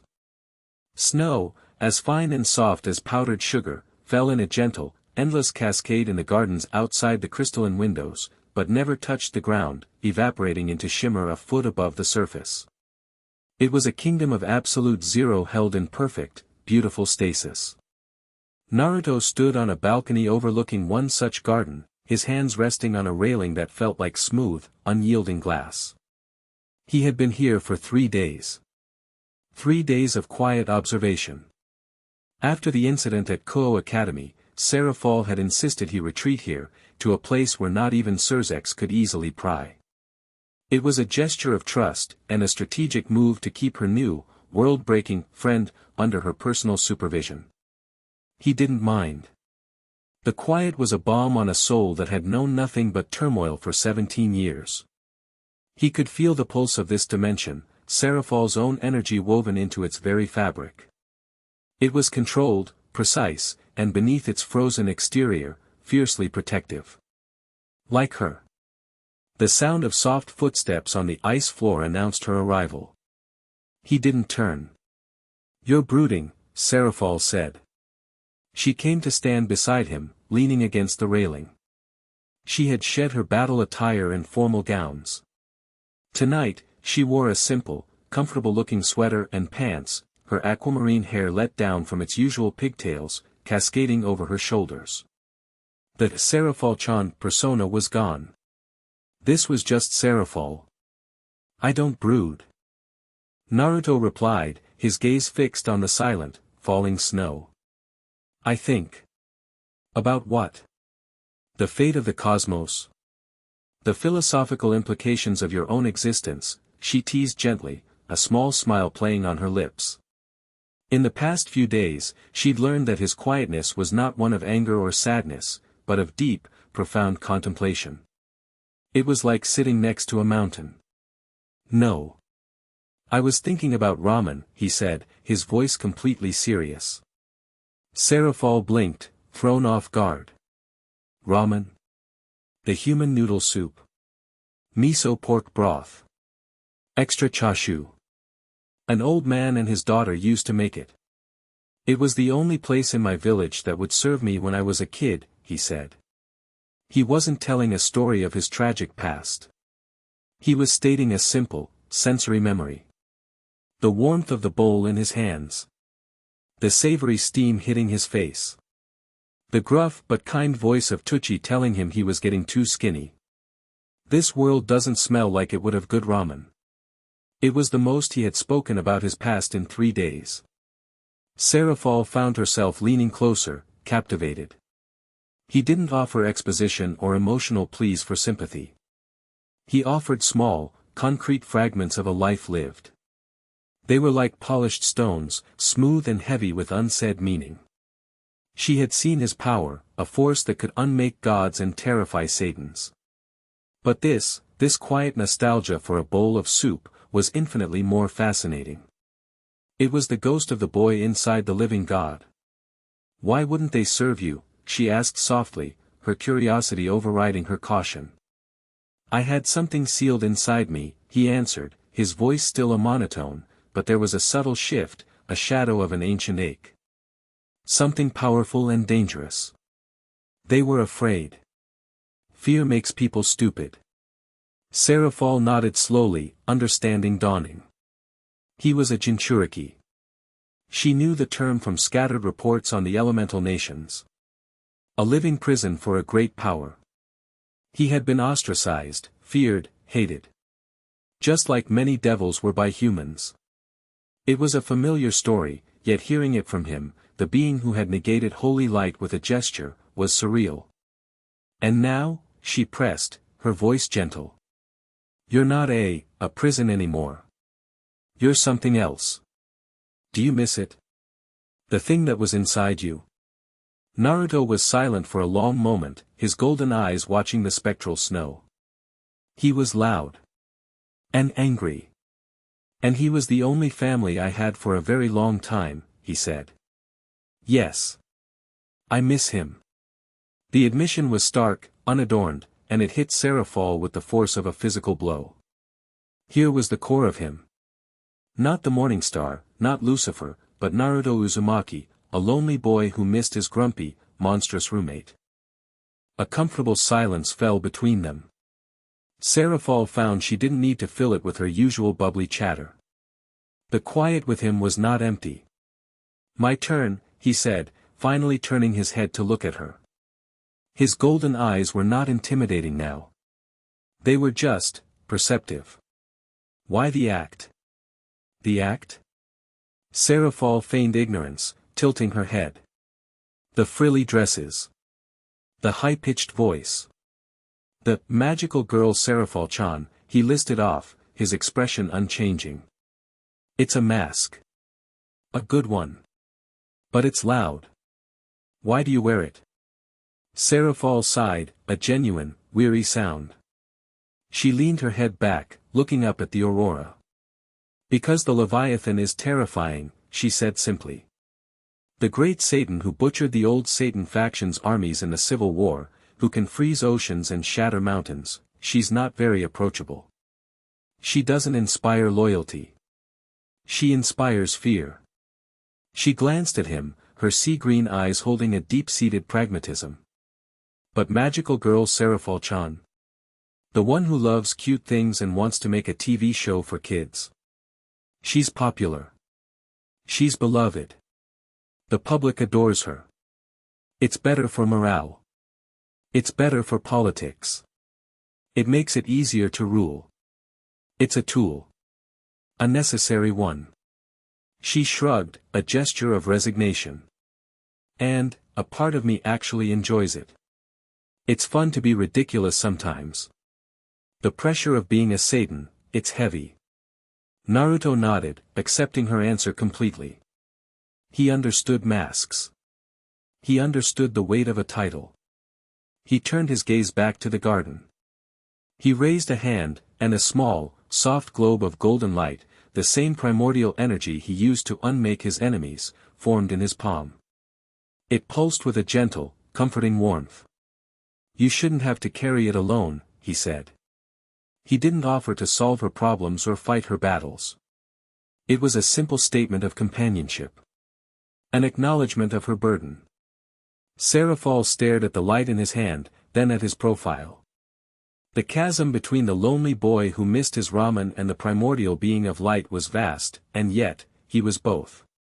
He was a paradox, and she found herself drawn into his strange, quiet orbit with a force she couldn't explain. A genuine smile, free of any artifice or persona, graced her lips. "You know," she said, her voice soft. "For a universe-breaking, primordial bringer of light, you're pretty good company, Naruto Uzumaki." He glanced at her, and for the first time, she saw the ghost of a real smile on his face. It was small, a little rusty, but it was there, and it lit up his features in a way that made her breath catch in her throat. "You too, Serafall Leviathan." The air in the elemental nations was thick with the scent of pine and damp earth. Sasuke Uchiha stood in a clearing just outside the borders of Konoha, his single dark eye fixed on a point in space. His Rinnegan, a ripple of violet power, was active. He could still feel it. A scar. A tear in the fabric of his world where Naruto had exited. It was faint, a fading echo, but it was there. He had spent 3 days convincing himself it was a hallucination, a trick of the light, a lingering effect of Kagaya's power. But the gnawing certainty in his gut wouldn't let go. Naruto was gone. And that look in his eyes, that was not the face of a man who was coming back. He had a duty. To his friend. To their bond. He couldn't let Naruto just vanish, consumed by whatever that terrifying power was. He had to find him. He had to drag him back from the brink, even if it meant fighting him. It was his responsibility. It had always been his responsibility. Taking a deep breath, he focused the full power of his Rinnegan on the spatial wound. He poured his chakra into it, using his eye's ability to cut through dimensions. "Amenota Jikara," he whispered, not swapping places, but tearing open a doorway. Space bent. The air twisted and screamed, opening into a churning vortex of color and light, the same portal Naruto had stepped through. Without a second's hesitation, Sasuke Uchiha stepped into the unknown.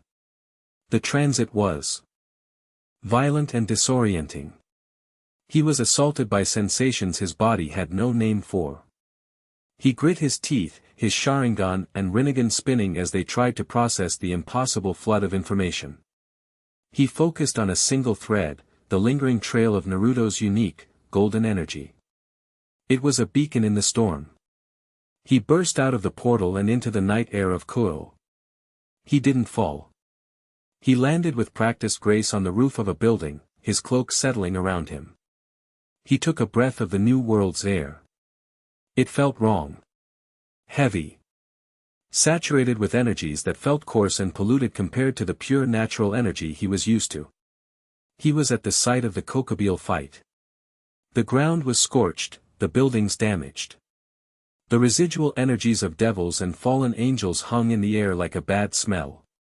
But underneath it all, fainter but infinitely more potent, was the echo of Naruto's power. He had been here. Recently. Sasuke's eyes narrowed, his senses on high alert.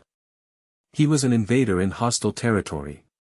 He leaped from the rooftop, landing silently in the center of the athletic field where Naruto had stood. He knelt, placing a hand on the ground. He could feel the lingering resonance. Naruto's power had not just dominated here, it had fundamentally rewritten the local laws of physics for a time. What had happened? Analysis, unsequenced transdimensional entry point detected. Secondary energy signature matches primary anomalies world of origin. Subject designated, Anomaly Beta. The voice was not a sound. It was a stream of pure data that inserted itself directly into Sasuke's mind. It was cold, clinical, and utterly alien. Sasuke shot to his feet, drawing the Kusanagi sword in a single, fluid motion. He spun around, his Sharingan scanning the darkness. "Who's there? Show yourself." Something flickered at the edge of his vision. He turned, and standing by the half-destroyed bleachers was a figure. It was humanoid, but it was made of light. A blindingly white, pure light, its form constantly shifting, defined by lines of mathematical code and wings that looked like projections of complex geometric theorems. It had no face, just a smooth, radiant surface. Metatron 7. Sasuke's eyes widened. This was not a devil. Not an angel. This was something else entirely. Its power signature was a void, a blank spot his senses couldn't read, yet the pressure it exerted on reality was immense. Query: what is your purpose in this reality, Anomaly Beta? The purifier transmitted. Are you an extension of the primary anomaly's will? Sasuke didn't answer. This thing felt dangerous. More dangerous than anything he had faced, save for Kaguya. He acted on instinct. His left eye bled, and a torrent of black flames, the inescapable Amaterasu, shot from his gaze and engulfed the being of light. The black flames, said to be as hot as the sun and to burn for 7 days and 7 nights, burned for less than a second. Analysis: high-temperature conceptual flame attack, Metatron 7's thought voice stated calmly. Negating thermokinetic properties. The Amaterasu flames did not get extinguished. They simply went out. The very concept of them burning was undone. The light being stood there, completely unharmed, the last embers of the inextinguishable fire dying on its form. Sasuke's blood ran cold. It negated Amaterasu. He didn't have time to be shocked. He flowed into his next attack, his chakra flaring as the spectral purple ribs of his Susanoo began to form around him. Threat level escalating, Metatron 7 transmitted. Shifting to active containment protocols. The purifier raised a hand. It did not fire a beam or a blast. The space between it and Sasuke simply folded. In an instant, Metatron 7 was directly in front of him, inside the protective cage of his nascent Susanoo. It had not moved with speed, but had manipulated spacetime itself. Before Sasuke could even react, the purifier touched a finger to his forehead. Acquiring data. Sasuke's world became pain and blinding light. An immense volume of information was forcibly downloaded into his brain: star charts, physical constants of alien universes, snippets of the Eshidin's cold logic. It was like having a library thrown through his mind at the speed of light. He screamed, dropping his sword and clutching his head as his Susanoo flickered and died. He fell to his knees, his vision swimming. He had to get away. He focused his Rinnegan, his last ounce of strength going into a single technique. Amenota Jikara. He swapped places with a piece of rubble 100 meters away, appearing near the edge of the school grounds. He stumbled, gasping, his mind feeling like it had been put through a meat grinder. He looked back. The purifier hadn't moved. It was still standing where he had been, its head tilted as if processing the data it had stolen. Data acquired, its voice echoed in his mind. Subject is the Sasuke Uchiha. A primary bondmate to the Luciferian anomaly. High combat potential within native reality's parameters. Not a direct threat in this context. Secondary objective complete. Disengaging. The being of light flickered. It did not teleport or fly away. Its form simply dissolved, breaking down into particles of light and equations that faded into the night, leaving no trace it had ever been there. Sasuke pushed himself to his feet, his body trembling with a mixture of rage and a kind of terror he had never known. He, Sasuke Uchiha, the rival of Naruto Uzumaki, wielder of the Rinnegan, had just been scanned, analyzed, and dismissed. He wasn't defeated in a fight. He was classified as a non-threat and discarded like an irrelevant piece of data. He looked at his trembling hand. He had come here to save Naruto from a world he didn't understand. But the humbling, terrifying truth was now unavoidable. He was the one who was out of his depth. The forces at play here were not ninja, not even goddesses like Kaguya. They were cosmic, conceptual, and utterly beyond his comprehension. And Naruto? Naruto was not a victim in this new world. He was at the very center of it. Sasuke's purpose for being here shattered and reformed in that instant. He was not here to save his friend. He was here to understand what his friend had become. And to survive the universe he now inhabited. His hunt for Naruto had just taken on a desperate new urgency. Chapter 6, The Weight of a Bond. The news of Sasuke Uchiha's arrival hit the underworld's leadership like a thunderclap. It came not from official channels or spies, but from a frantic, terrified report from a low-level devil family tasked with monitoring residual energies in Kuo. They had detected a spatial distortion, a brief but violent spike of power, and then the signature of a being that made their blood run cold. They didn't know who or what he was, but his energy felt like a razor's edge, sharp, cold, and utterly lethal. Serafall Gremory received the report in his private study.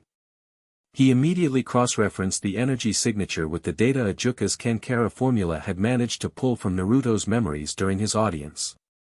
The match was instantaneous and terrifying. It was the Sasuke Uchiha that Naruto's soul remembered as his equal. His other half.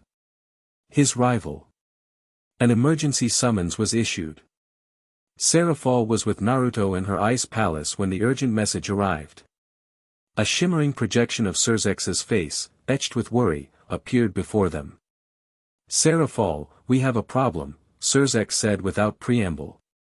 He's here. The Uchiha. Serafall's blood ran cold. She glanced at Naruto. He hadn't moved from his position by the balcony, his back to the projection.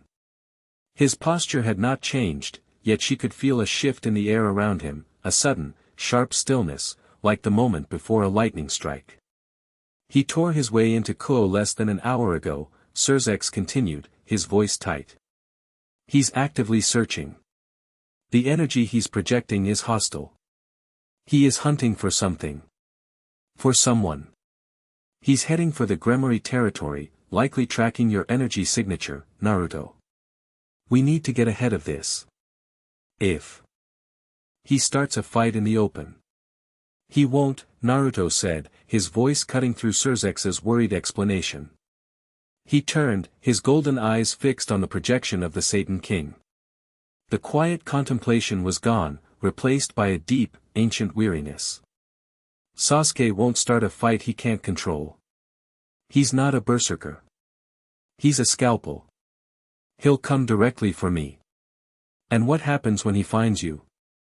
Serafall pressed. Your friend does not seem stable. Naruto was silent for a moment. He's my brother, he said, the words holding a weight that Serafall and Serafall could only begin to guess at. And my brother thinks I've been corrupted. He thinks he needs to save me. Or kill me. He looked at Serafall, a silent question in his eyes. He could leave. Vanish into another dimension and force Sasuke to chase him across creation. But that wasn't a solution. It was a delay. Serafall understood immediately. This was not a political problem for the Satans to solve. This was personal. This was a wound from Naruto's old life that had followed him here, and it had to be cauterized. Bring him to the arena, Serafall told Serafall, her voice firm, leaving no room for argument. The grand arena in Lucifer. Clear it. No spectators, except for us. This needs to happen. But it will happen on our terms, in a place where they can't level a city. Serafall hesitated, then nodded, recognizing the grim necessity. I'll have him intercepted and escorted. Be ready. The projection vanished. Serafall turned to Naruto. The air around him was heavy now, thick with a mix of sorrow and resolve. She walked up to him, placing a gentle hand on his arm. The skin was warm, humming with that quiet, golden light. "You don't have to do this," she said softly. "Yes, I do," he replied, his gaze distant. "I can't run from him. I won't. This is the last chain. The last piece of the old world I have to settle. He needs to understand. And the only language Sasuke has ever truly understood is a fight." The Agria's grand arena was a monument to demonic pride. A massive colosseum carved from the living rock of a mountain, its stands could hold 1,000,000 souls. Tonight, it was empty. The vast, circular stage of dark, packed earth was lit by a single, colossal globe of witch light high above, casting the rest of the arena into deep shadow. Serafall, Ajuka, and Serafall stood on a high observation balcony, looking down at the silent stage. The air was electric with anticipation. A shimmering magic circle appeared on the far side of the arena floor, and a squad of elite Gremory guards emerged, their weapons drawn. Between them stood Sasuke Uchiha. He looked exactly as Naruto's memories had painted him, tall, lean, with raven hair that fell across his face, partially obscuring the terrifying, rippling purple of his Rinnegan. His single visible eye, a black Sharingan, swept across the empty arena, taking in every detail with cold, predatory focus. He was cloaked, and his hand rested on the hilt of his sword. His expression was a mask of iron control, but the fury radiating from him was a palpable force. "Where is he?" Sasuke's voice was a low growl, devoid of pleasantries. On the opposite side of the arena, another figure appeared. Not from a magic circle, but simply walking out of the shadows of a massive archway. It was Naruto. He wore simple black pants and a dark shirt, his usual orange and black attire having been vaporized in his arrival. He looked calm, his hands in his pockets, his golden eyes fixed on his friend. The Gremory guards tensed, but with a wave from Serafall, they teleported away, leaving the two of them alone on the vast stage. The two former friends, brothers in all but blood, stood 100 yards apart, the silence between them filled with a decade of shared history, laughter, pain, and bloodshed. "Sasuke," Naruto said, his voice echoing in the empty space. It was not a challenge. It was a greeting. "That's not you," Sasuke bit back, his Sharingan spinning. "I don't know what kind of demonic power has possessed you, what creature is wearing Naruto's face, but I'm here to put an end to it. I'm taking you back to Konoha. Even if I have to drag your corpse." Naruto sighed, a sound of profound disappointment. "You haven't changed at all. You still see the world in black and white. You still think you have all the answers. I have the only answer that matters." Sasuke roared, and he moved. He didn't run, he vanished, reappearing directly in front of Naruto in a flicker of motion, his Kusanagi sword already unsheathed and driving for Naruto's heart. The tip of the blade stopped an inch from Naruto's chest, held fast by an invisible force. Naruto hadn't moved a muscle. He was just looking at Sasuke, his expression one of sadness. "I'm not going to fight you, Sasuke. Then you'll die." Sasuke snarled, pouring chakra into his blade.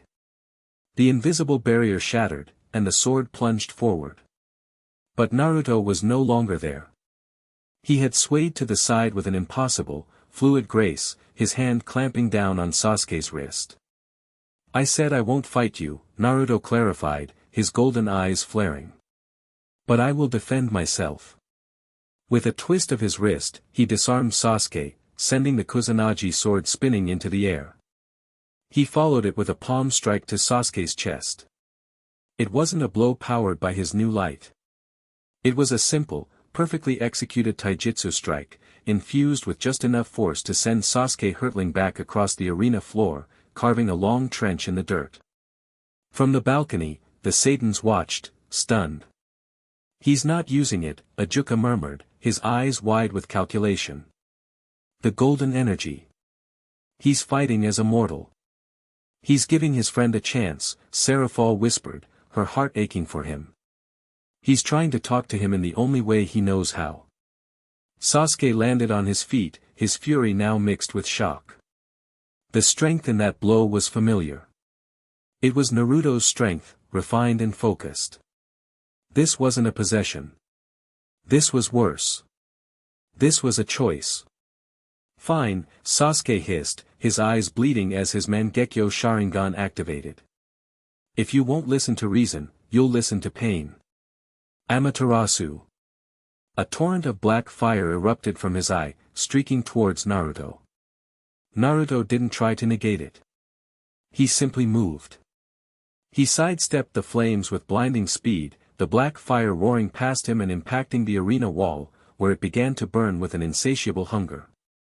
Your eyes are fast, Sasuke, Naruto said, his voice calm as he dodged a second and third blast of black fire. But you're predictable. You always lead with your strongest jutsu. Then try this. Sasuke roared. A colossal, spectral purple skeleton erupted around him, the first stage of his Susanoo. A massive skeletal arm swung down, aiming to crush Naruto into a paste. Naruto didn't retreat. He met the attack head-on. He dropped into a low stance, and the air around him shimmered, not with golden light, but with the faint, visible distortion of natural energy. Sage mode. His eyes gained their orange pigmentation, the toad-like pupils a stark contrast to the underlying gold. He held up a single hand. Sage art, massive Rasengan. A swirling sphere of pure chakra, larger than any he had ever created before, formed in his hand. He met the Susanoo's fist with his own attack. The collision was apocalyptic. A shockwave of pure force erupted from the impact, shaking the entire arena to its foundations. The packed earth of the stage was torn apart, and a cloud of dust and debris filled the air. Serzex had to erect a barrier to protect the balcony from the flying shrapnel. Incredible, even without that primordial power, they are monsters. When the dust settled, Naruto stood in a massive crater, his arms still outstretched. Sasuke's Susanoo arm had been shattered, the spectral energy flickering. You're stronger, Sasuke breathed, his eyes wide. His Susanoo was his ultimate defense. And Naruto had shattered it with a single jutsu. I'm not being held back anymore, Naruto said simply. I'm not fighting my own power. I'm not fighting the world for acknowledgement. I am at peace with myself, Sasuke. Something you have never known. The words were a blade to Sasuke's pride. With a scream of rage, he unleashed his full power. The spectral skeleton fleshed out, turning into a full-bodied, armored warrior of amethyst chakra, a terrifying giant of destruction. The perfect Susanoo. In one hand, it wielded a spectral katana. In the other, a crossbow began to form.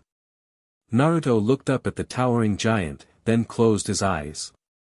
He let the natural energy flow through him, sinking deeper into sage mode than ever before. He didn't need Kurama's chakra anymore. He had a far greater power source to draw from, but he refused to use it. This was a fight between brothers. Between ninja. The Susanoo's crossbow fired. An arrow of pure, condensed chakra, an attack that could level a mountain, shot towards Naruto. Naruto opened his eyes. He held out his hand and a familiar technique formed, but on a scale that was utterly breathtaking. A Rasen Shuriken, but instead of its usual size, it was a colossal, screaming vortex of wind chakra, easily as large as the Susanoo's torso. He threw it. The Rasen Shuriken met the Susanoo arrow mid-flight. The result was not an explosion, but an annihilation. The two ultimate attacks tore each other apart in a sphere of blinding white light and screaming wind that shredded the very air. Sasuke used the flash of light as a cover. His Rinnegan flared. Amenota Jikara. He swapped places with a piece of rubble behind Naruto, appearing instantly at his back, a Chidori of black lightning screaming in his hand. It's over. He thrust the Chidori forward, aimed directly at Naruto's spine. He expected Naruto to dodge. He expected him to use a substitution. He did not expect Naruto to simply turn and catch the Chidori with his bare hand. The sound was like 1,000 birds screaming and then being instantly silenced. The black lightning of the Chidori, an assassination jutsu that could cut through anything, crackled and sparked against Naruto's palm. It scorched his skin, turning it black, but it did not pierce it. Naruto's golden, toad-like eyes looked down at the hand piercing his own, then up at Sasuke's shocked face. The skin on his palm, blackened and smoking, began to glow with a faint golden light from within. The damage was healing, unwriting itself from existence in real time. He had taken Sasuke's strongest close-range attack head-on. "Your hatred, it's still so loud, Sasuke," Naruto said, his voice laced with pity. "But it's gotten you nowhere. You followed me across worlds, armed with the same old rage, and for what? To lose the same fight all over again?" Sasuke stared, his bravado, his fury, his entire sense of self, crumbling. He had used his strongest techniques. He had fought with everything he had. And Naruto? Naruto hadn't even been trying. He had been fighting with one hand tied behind his back, refusing to use the power that had defeated a goddess. And he was still winning. Naruto squeezed his hand. The pressure was immense. The Kusanagi sword, which he had caught earlier, was still in Naruto's other hand. With a slow, deliberate movement, Naruto tightened his grip on the blade of the legendary sword. Cracks appeared on its surface. Then, with a sound like shattering crystal, the blade broke into a dozen pieces, the fragments clattering to the floor. He had broken Sasuke's sword with his bare hand. He released Sasuke's wrist, the now powerless Chidori hand. He let the broken pieces of the sword fall. The fight was over. He had not broken Sasuke's body. He had broken his certainty. "I am not your enemy," Naruto said, the sage markings fading from his face, leaving only the calm, endless gold of his eyes. "I am not possessed. I have awakened. The world is bigger than our village, Sasuke. It's bigger than our hatreds, our rivalries. There are things out here, forces you can't even imagine." He thought of the being of light, the purifier, that had so easily dismissed him. Forces that could erase our entire history with a thought. Sasuke staggered back, his Susanoo dissolving around him. He was breathing heavily, his chakra depleted, his mind reeling. He looked at Naruto, truly looked at him, for the first time. He saw not a monster, but a being that had transcended their conflict. A being who was looking at a far larger, more terrifying horizon. "Then what are you?" Sasuke asked, his voice a hoarse whisper. "I'm free," Naruto answered simply. "And I have a new path to walk. You can either stand in my way, or you can open your eyes and see the world for what it really is." He turned his back on Sasuke, a gesture of ultimate trust and dismissal, and began to walk towards the balcony where the Saiyans waited. Sasuke stood alone in the center of the ruined arena, surrounded by the evidence of his own defeat. He had lost. Not just the fight, but the argument. His entire worldview, the righteous cause that had driven him across dimensions, had been shattered. From the balcony, Serafall watched Naruto approach. The sadness was still in his eyes, but there was a new resolve. He had faced his past. He had closed a chapter. She watched him fight, not to kill, but to teach. To save his friend from himself. She saw him hold back power that could have ended the fight in a nanosecond, purely out of love and respect for the bond they shared. And in that moment, watching him choose restraint, watching him fight for his past and definitively choose his future, her admiration, her fascination, her burgeoning attraction, it all coalesced into a single, undeniable truth. She was completely and utterly in love with him. Chapter 7, Leviathan's Roar. Morningstar's Shield. The Annualis Gala was the crown jewel of the underworld's social calendar. Hosted by the powerful Citri clan in their home city of Citron, it was an event where political alliances were forged over glasses of centuries-old demonic wine and rivalries were played out in whispered conversations behind ornate fans. The grand ballroom of Citri Palace was a breathtaking sight, a vast chamber with a ceiling enchanted to look like a starry night sky, and floors so polished they mirrored the glittering chandeliers. Hundreds of the underworld's most influential devils, dressed in their finest formal wear, mingled, their polite laughter a thin veneer over the simmering cauldron of ambition and intrigue. Serafall Leviathan was in her element, but it was a role she played with practiced ease. She wore a stunning gown of shimmering ice-blue silk that flowed like a frozen river, a stark contrast to her usual magical girl attire. Her hair was swept up in an elegant coiffure, held in place by diamond-encrusted combs that glittered like trapped starlight. She moved through the crowd with a radiant smile, trading pleasantries with dukes and archdukes, her bubbly laugh echoing through the hall. It was the Leviathan in her formal guise, charming, disarming, and utterly in control. Across the ballroom, her sister Sona Citri, the official hostess of the event, stood with her peerage, looking regal and composed in a severe but elegant black dress. Sona caught Serafall's eye and gave a subtle, almost imperceptible shake of her head, a silent plea for her older sister to behave.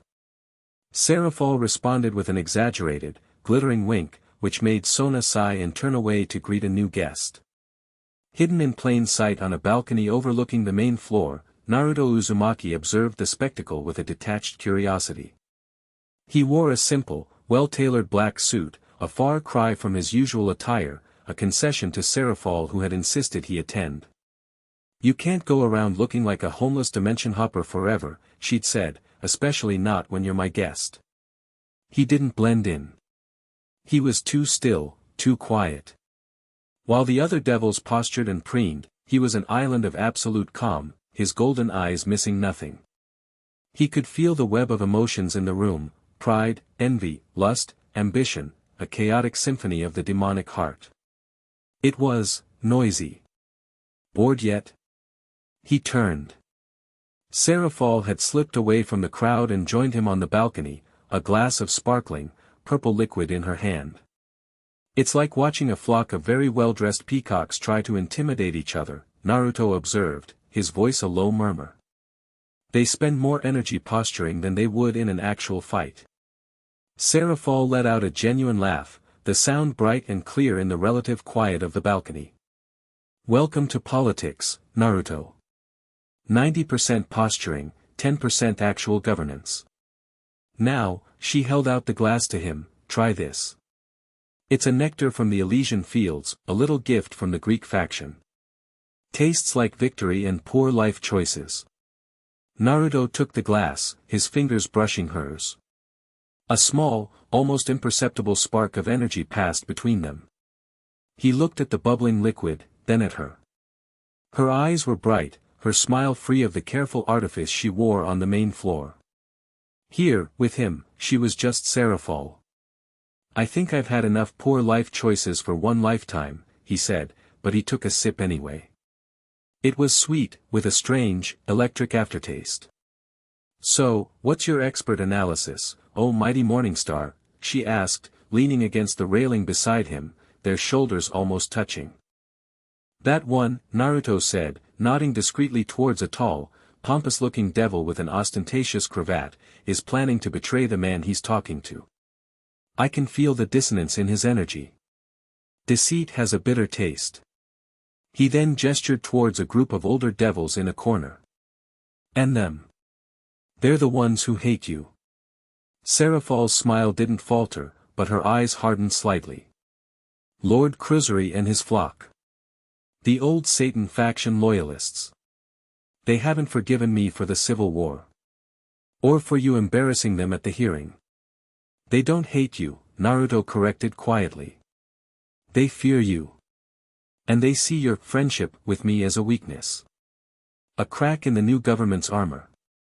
They believe you are compromised by your association with a usurper.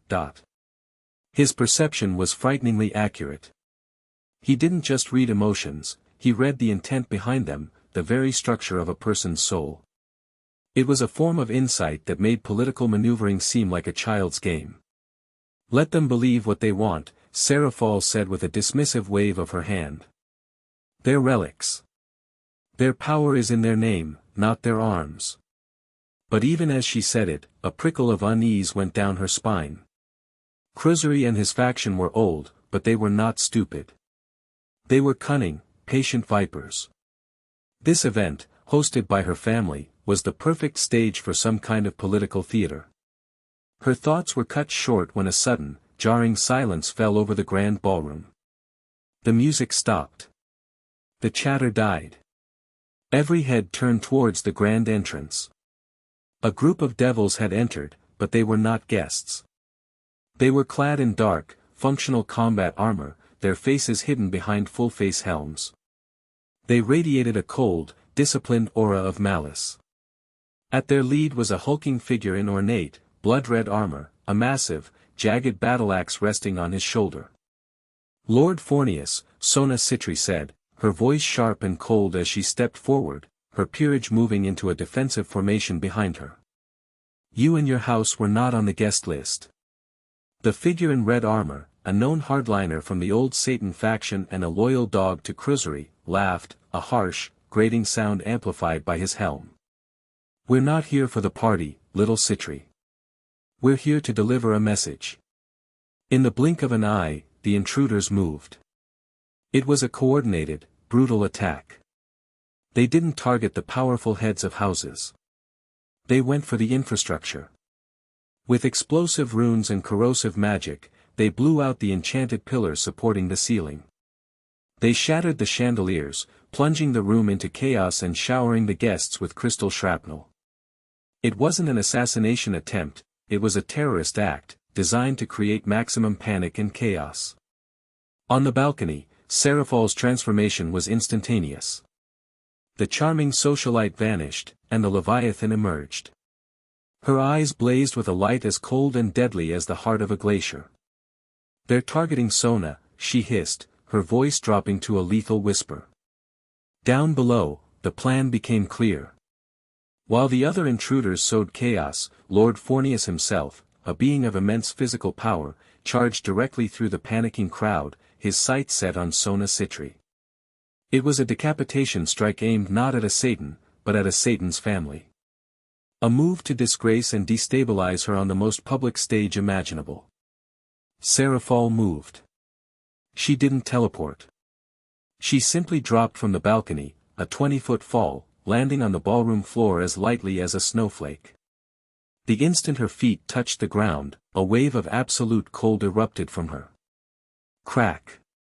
The sound was like a continent of ice breaking apart. The entire marble floor of the ballroom was instantly covered in a thick layer of frost. The panicking devils found their feet frozen to the ground, immobilizing them and, paradoxically, saving them from the stampede. The falling debris from the ceiling, shards of stone and crystal, froze in mid-air, suspended in a matrix of glittering ice. "Fornius." Serafall's voice was not a shout. It was a roar. A sound of pure, untamed rage that promised a death colder than the void. She raised a hand, and a dozen colossal spears of black ice, jagged and cruel, materialized in the air and shot towards the armored devil. Fornius was no weakling. He roared back and swung his massive axe, shattering the first few spears with brute force. But more came, relentless and fast. He was forced back, his charge on Sona halted. From the balcony, Naruto watched, his golden eyes narrowed. This was a well-planned attack. The chaotic assault was a cover for the real objective. And Cruzuri, the supposed leader of this faction, was still standing in his corner, a look of shocked surprise on his face that was just a little too perfect. He was the distraction. The real commander was somewhere else. Naruto's gaze swept the room, his senses expanding. He wasn't looking for demonic energy. He was looking for the subtle signature of a command being given, the faint psychic resonance of a controlling will. He found it. Not in the room, but outside, in the gardens. A faint, cloaked presence, watching the chaos unfold. Cruzuri was the public face of this rebellion, but someone far more cunning was pulling the strings. Down on the floor, the battle had escalated. More of Fornius's troops, an elite squad, teleported in, surrounding Serafall. They were specialists, wielding weapons and magic specifically designed to counter her ice. Chains of hellfire, blades of heated demonic steel. They swarmed her, forcing her to defend rather than attack. Serafall was a Satan, a being of immense power, but she was outnumbered and surrounded by specialists. She was also trying to protect the hundreds of frozen, helpless civilians in the room, including her sister. A pillar of black fire erupted, forcing her to create a massive, curved wall of ice to shield Sona's position. The heat was so intense it caused the ice to hiss and steam. She was being boxed in. Overwhelmed. A lucky strike with a heated chain wrapped around her arm, sizzling against her skin. She cried out in pain and shattered the chain with a pulse of cold, but she was starting to show strain. "You've grown soft, Leviathan." Fornius taunted, pressing his attack. "Your compassion makes you weak." Serafall grit her teeth, her fury mixing with a growing desperation. She could unleash her true power, flash freeze the entire palace and everyone in it, but that was a victory she couldn't afford. Just as a blade of superheated steel was about to strike her undefended back, a shadow fell over her. Naruto was there. One moment he was on the balcony, the next he was standing directly behind her, his hand outstretched, catching the glowing red blade in his bare palm. The blade, hot enough to melt stone, didn't even singe his skin. The demonic heat magic that powered it was simply absorbed. The metal cooled instantly, turning a dull, lifeless gray. He didn't say a word. He just stood there, a silent, immovable shield at her back. The devil holding the sword stared in shock for a fraction of a second before Naruto clenched his fist. The blade shattered into dust. "No one," Naruto said, his voice quiet, yet it cut through the din of battle like a razor, "touches her." He turned his head slightly, his golden eyes meeting Serafall's wide, shocked gaze. He gave her a small, almost imperceptible nod. A silent message. "I've got your back." Something inside Serafall, a knot of tension and fear she hadn't even realized she was carrying, released. He was here. The world-breaking power she had been trying to manage was now her shield. What followed was not a fight. It was a purge. Naruto didn't engage in fancy techniques or powerful jutsu. He moved through the elite soldiers with a brutal, terrifying efficiency. One lunged with a spear of hellfire. Naruto stepped inside his guard and touched 2 fingers to the devil's chest. A small, pinpoint pulse of golden light, and the devil's armor crumpled inward, his demonic energy extinguished. He collapsed, unconscious before he hit the ground. Another came at him from the side. Naruto didn't even look. He backhanded him, the motion casual, almost lazy. The soldier flew across the room and crashed through a stone wall, leaving a man-shaped hole. He was not just stronger. He was operating on a different level of existence. Their attacks, their magic, their physical prowess, it was all meaningless. He was a master of physics, and they were toddlers throwing blocks at him. In less than 10 seconds, all of Fornius's elite troops were unconscious or broken, littering the floor around the untouchable bubble of calm where Serafall stood. Only Fornius was left, his axe held tight, his body trembling, not with fear, but with righteous fury at the sight of this unknown variable dismantling his perfectly planned attack. "Who are you?" he roared. Naruto ignored him. He turned his attention to the true source of the problem. He looked past Fornius, past the frozen crowd, his gaze piercing through the walls of the palace and locking onto the cloaked figure hiding in the gardens. He didn't move. He didn't teleport. He just looked. Miles away, Cruzuri Asmodeus, the supposed mastermind, was watching the scene on a scrying mirror, his face pale with horror. The plan had gone perfectly until he had intervened. But the true leader, a shadowy figure cloaked in anonymity spells standing beside him, was watching Naruto with keen interest. "His power is unstructured," the cloaked figure mused. "Untamed. He is a blunt instrument." Then, Naruto's gaze in the scrying mirror seemed to shift, to lock directly onto him. The cloaked figure felt a sudden, invasive pressure on his very soul. It was not an attack. It was a query. Naruto's consciousness was brushing against his own, reading him, analyzing him. The cloaked figure's eyes widened in shock behind his concealing magic. He threw up a dozen psychic shields, but they shattered like glass. He felt a searing, golden light touch the core of his being. It was not a fire that burned. It was a fire that illuminated. A fire that revealed all truths, all lies, all secrets. And then, came the pain. It was not a physical pain, but a conceptual one. Miles away, Naruto simply focused his will, and the cloaked figure felt his own demonic energy, the very source of his power and life, ignite. It was not burning him from the outside, but from within. It was his own soul turning against him, set ablaze by the will of the morning star. The cloaked figure screamed, a terrible, soul-shredding sound, as he was consumed by his own power. He collapsed, his body writhing as he was immolated from the inside out. Kruzuri stared in abject terror, then scrambled away, teleporting in a blind panic.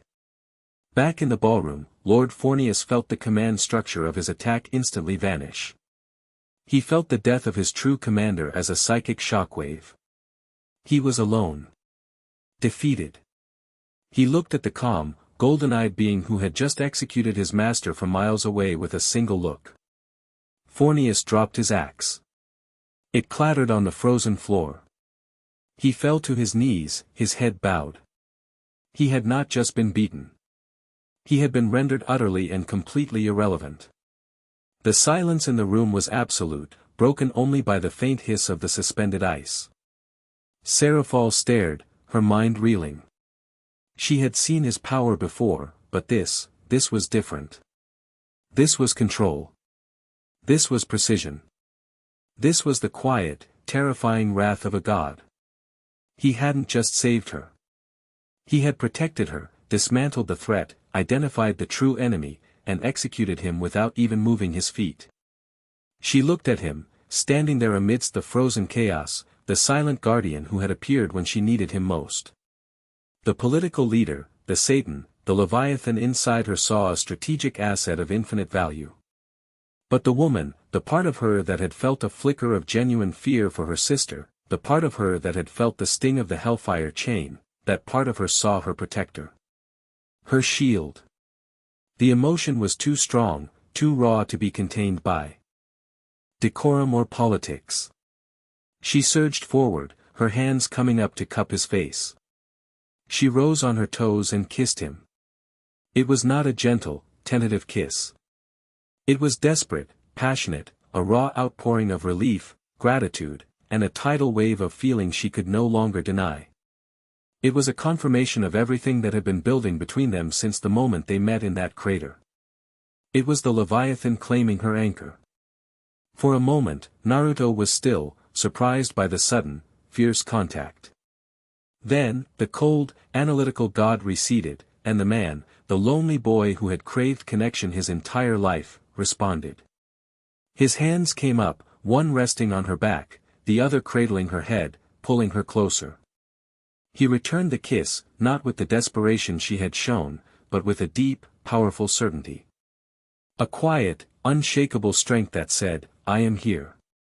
I will not let you fall." They stood there for a long moment in the center of the frozen, chaotic ballroom, two impossible beings from different worlds, a universe of power and politics swirling around them. But in that instant, none of it mattered. There was only the Leviathan and her morning star. They were a unit now. And the universe would have to learn to deal with it. Chapter 8, A Game of Gods. The aftermath of the Citri Gala sent shockwaves through the delicate power structures of the supernatural world.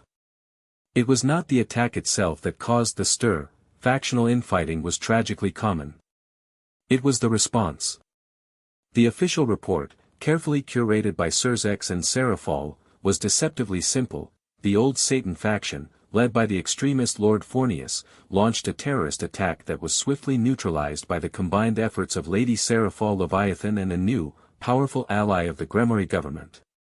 But the whispers in the shadows told a different story. They spoke of a mysterious blonde man who had dismantled an elite squad of devil warriors with his bare hands. They spoke of a gaze that could kill from miles away. They spoke of the true commander of the attack, a shadowy mastermind, being turned to ash by his own power. And, most scandalously, they spoke of the kiss seen by hundreds of frozen, helpless nobles, the passionate, public embrace between the great Satan Leviathan and this unknown variable. The name Naruto Uzumaki, once a secret held by a handful of leaders, was now on the lips of every spy and information broker from the underworld to heaven. And in a realm beyond both, the Eschaton took note. Metatron 7 stood before the silent council of geometric intelligences, its form of pure light radiating a cold, clinical analysis. Report: the Luciferian anomaly has integrated with the devil faction's leadership. It has formed a primary emotional bond with the entity, Serafall Leviathan. Its actions display a high degree of strategic acumen and controlled power application. Threat assessment has been elevated. It is no longer a passive variable. It is an active agent of change. The collective thought of the Eschaton was a cold, silent hum of processing. Direct confrontation had been deemed too risky. The Purifier's clash with the Sasuke Uchiha anomaly had provided valuable data.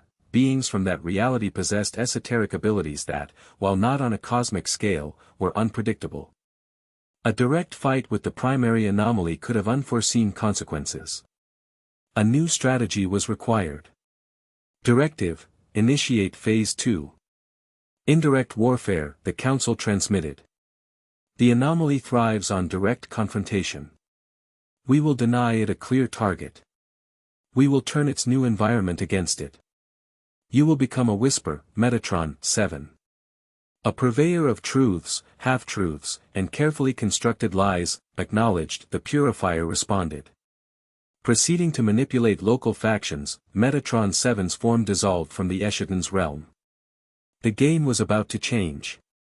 Naruto had proven he could win a fight.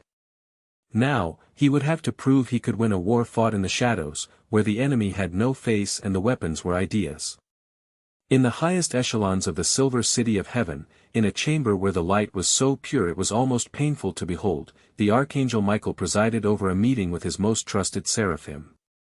The mood was tense.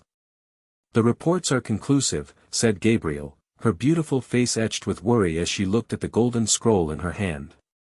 "The original Lucifer has returned. He is residing in the underworld, as a guest of the Satans." Kokabeel was not just defeated, he was mentally and spiritually shattered by this being. A murmur of disbelief and fear went through the assembled angels. The name Lucifer was a wound in their very history, a symbol of the greatest betrayal. "It cannot be," another archangel, Uriel, argued. "Lucifer was slain. His essence scattered. This must be a trick. A powerful devil masquerading under his name to rally the old Satan faction. And the power he displayed against Kokabeel?" Michael asked, his voice calm and steady, cutting through the rising panic. "A power that neutralizes holy light as if it were nothing? No devil possesses such an ability." As they debated, a subtle, almost imperceptible shimmer in the corner of the chamber caught Michael's attention. A single mote of pure, white light, indistinguishable from the ambient holiness of the room, pulsed gently. From it, a stream of information flowed directly into the mind of a zealous, hardline seraph named Zirakiel. The information was a vision. A prophecy. It showed a golden-eyed figure standing over a burning heaven, his light not one of creation, but of utter, anarchic freedom that unmade their divine order. It showed angels bowing to him, not out of love for God, but out of a desire for unchecked will.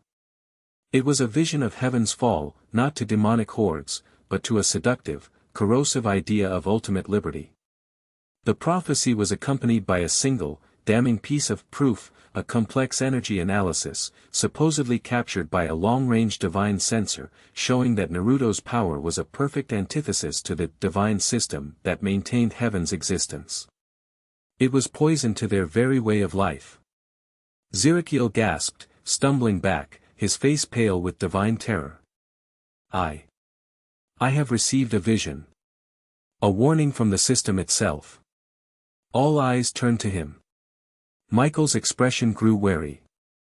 The system was their term for the residual will of God, the automated machinery that ran heaven. It was not known to send visions. Zerakiel frantically recounted what he had seen, his voice trembling with righteous conviction. This new Lucifer is not here to start a war of armies. He is here to start a war of ideas. He will offer us a freedom that will unravel the very fabric of our existence. His power is a plague upon the divine order. We must strike him down before his heresy can take root. Several of the more dogmatic angels voiced their immediate agreement. The vision preyed on their deepest fears. Michael, however, was not convinced. It was too convenient. Too theatrical. We will proceed with caution, Michael declared, his authority silencing the rising clamor. I will seek a direct dialogue with Serzex and Azazel. We will not be baited into a new war based on a single, unverified vision. But, he added, his gaze hardening, we will prepare for the worst. The seed of suspicion had been planted. The most zealous elements of heaven were now on a hair trigger, seeing Naruto not as a person, but as an existential, ideological threat. In a grimy, nondescript warehouse in the human world, another meeting was taking place. This one was far less formal. Cao Cao, the charismatic and ruthlessly pragmatic leader of the hero faction, stood over a table littered with maps and intelligence reports. With him were his top lieutenants, the hulking George, a master of barrier magic, and the silent, deadly Siegfried, wielder of the demonic gram swords. So, the devils have a new pet nuke, Cao Cao said, a thin, predatory smile on his face as he read a report on the Citri Gala incident. Goes by the name Naruto Uzumaki. Claims to be the original Lucifer. A ridiculous claim, Siegfried grunted, polishing one of his blades. But the power is apparently real. My contacts in the underworld are terrified of him. Terrified is good, Cao Cao mused. It means he's strong. Strong enough to be a problem for the Satans. Or, his smile widened, strong enough to be a prize for us. As he spoke, a small, unassuming piece of paper on the table, a discarded flyer for a local noodle shop, glowed with a faint, almost invisible light. Metatron 7 was at work again. A new set of information bled from the paper into the ambient air, absorbed by George's magical senses. It was not a vision this time. It was technical data. A detailed, though slightly flawed, analysis of Naruto's life force. It presented him as a unique fusion of a human soul and a primordial energy source, a biological impossibility. The data suggested that his power was not inherent to his soul, but was channeled through his body, and that his human half was the key to controlling it. The final, most tempting piece of the data was a theoretical application of the true Longinus, Cao Cao's holy spear, the weapon that had pierced the side of Christ. The data suggested that the spear, being the ultimate weapon against divine beings, could be used not to kill Naruto, but to separate the human host from the primordial power. The implication was clear, his power could be stolen. George's eyes widened. Cao Cao, look at this. He quickly explained what his senses had just picked up. The source is untraceable, but the data is, it's plausible. If we could use the true Longinus to sever the connection, we could potentially seize the power source for ourselves. The power to kill gods, would be ours. Cao Cao's eyes lit up with a cold, ambitious fire. The hero faction's goal was to protect humanity by gaining enough power to challenge the gods and devils that threatened them. The idea of wielding the power of the original Morningstar was the ultimate shortcut to that goal. A weapon whose existence defies the natural order. Cao Cao murmured, his hand tightening on the shaft of the true Longinus, which leaned against the table. He is the ultimate threat to the balance of the world. Therefore, for the sake of humanity, he must be eliminated, and his power put to better use. He looked at his comrades, his decision made. We have a new primary target. Gather everything we have on this Naruto Uzumaki. Find out where he is. We're going hunting.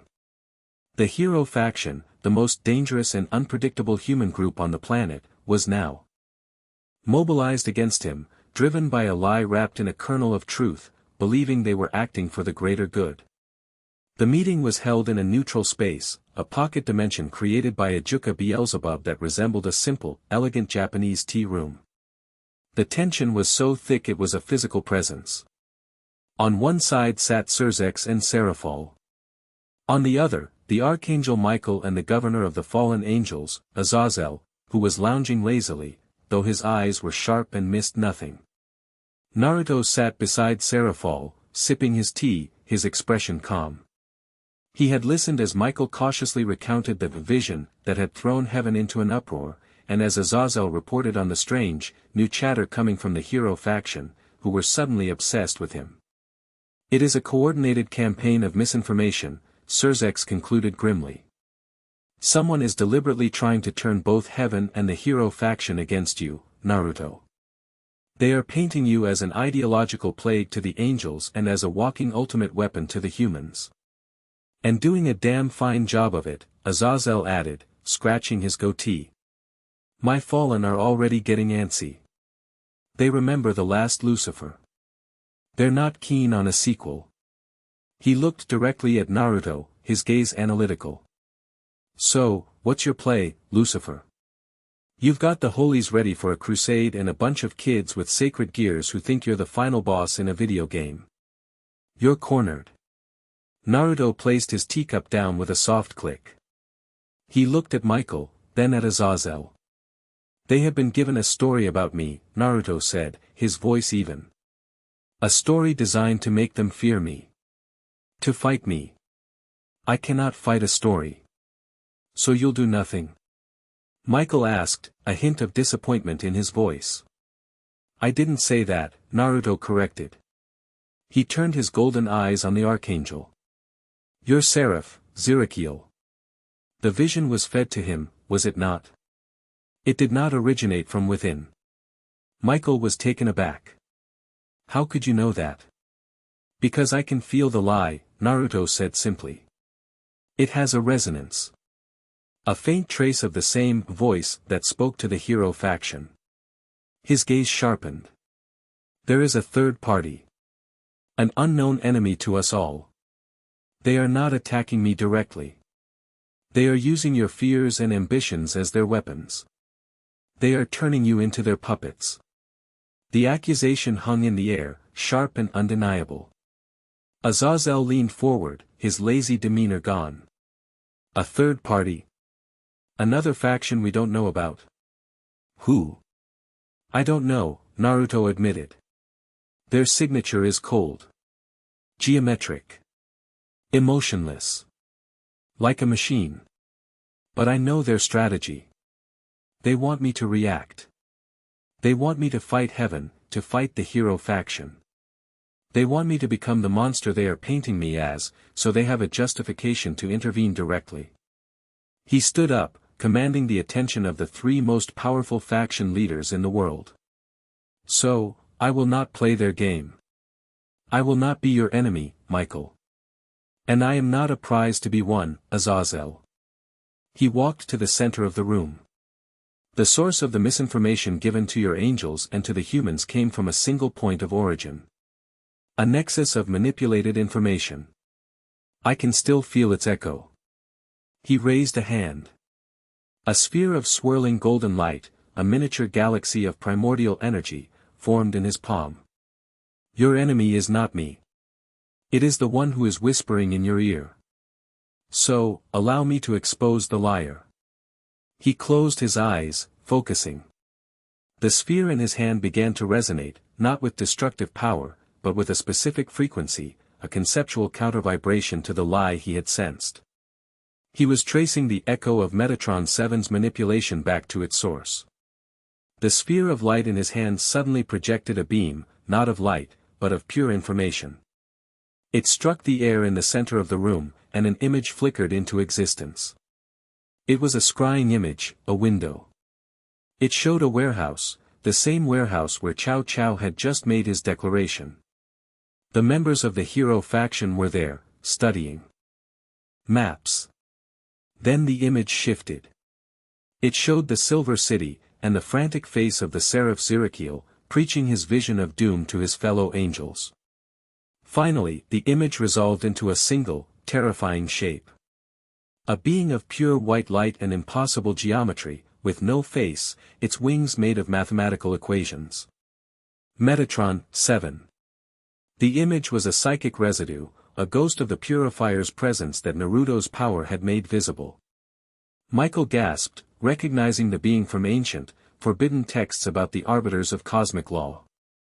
Azazel swore under his breath, his scientific curiosity warring with a primal sense of dread. What in the name of the void is that? Azazel breathed. Our real enemy, Naruto said, the image dissipating as he lowered his hand. A being that can move unseen, that can plant ideas directly into the minds of your most trusted soldiers. An enemy who wants us to destroy each other so it can pick up the pieces. He had not just denied their accusations. He had exposed their manipulator. He had taken their game of shadows and dragged it, kicking and screaming, into the light. He had changed the entire dynamic of the conflict, recasting himself from the object of their fear into their only source of truth about a new, far more terrifying threat. The leaders of the three factions stared at him, their minds reeling. Their game of political maneuvering and strategic posturing had just been interrupted by a player who didn't follow any of their rules, because he was the one who could see the entire board. Chapter 9, The Purifier's Judgment. The Eshidan's plan was a feint. While Naruto was busy with political maneuvering, Metatron, 7 used the time to set up a correction field around the Gremory capital. It activates, cutting the city off from the rest of the underworld and nullifying conventional demonic and holy power. The Purifier descends, its form a being of blinding white light and impossible geometry. Its purpose is simple: erase the aberration known as Naruto. The battle is on a scale that dwarfs all previous ones. Serzex and the other Satans find their power suppressed. It falls to Naruto, Serafall, and, surprisingly, Sasuke. Sasuke, having stayed to observe, realizes Metatron, 7 is the entity that defeated him earlier. He chooses to fight, not for Naruto's sake, but against a common enemy that threatens to unmake everything. Serafall pushes her Leviathan abilities to their absolute limit, her ice magic evolving to a conceptual level to fight the Purifier's reality-warping attacks. Naruto finally unleashes the full, untamed power of the Morningstar. It's a battle of concepts, Naruto's light of freedom against the Purifier's law of stasis. They tear apart the fabric of the pocket dimension, their fight a symphony of creation and annihilation. They win, but at great cost, shattering the Purifier but receiving a psychic echo from its masters. The verdict is passed. The order will be enforced. The end. Thank you for watching this video. Please be sure to subscribe to our channel and like this video.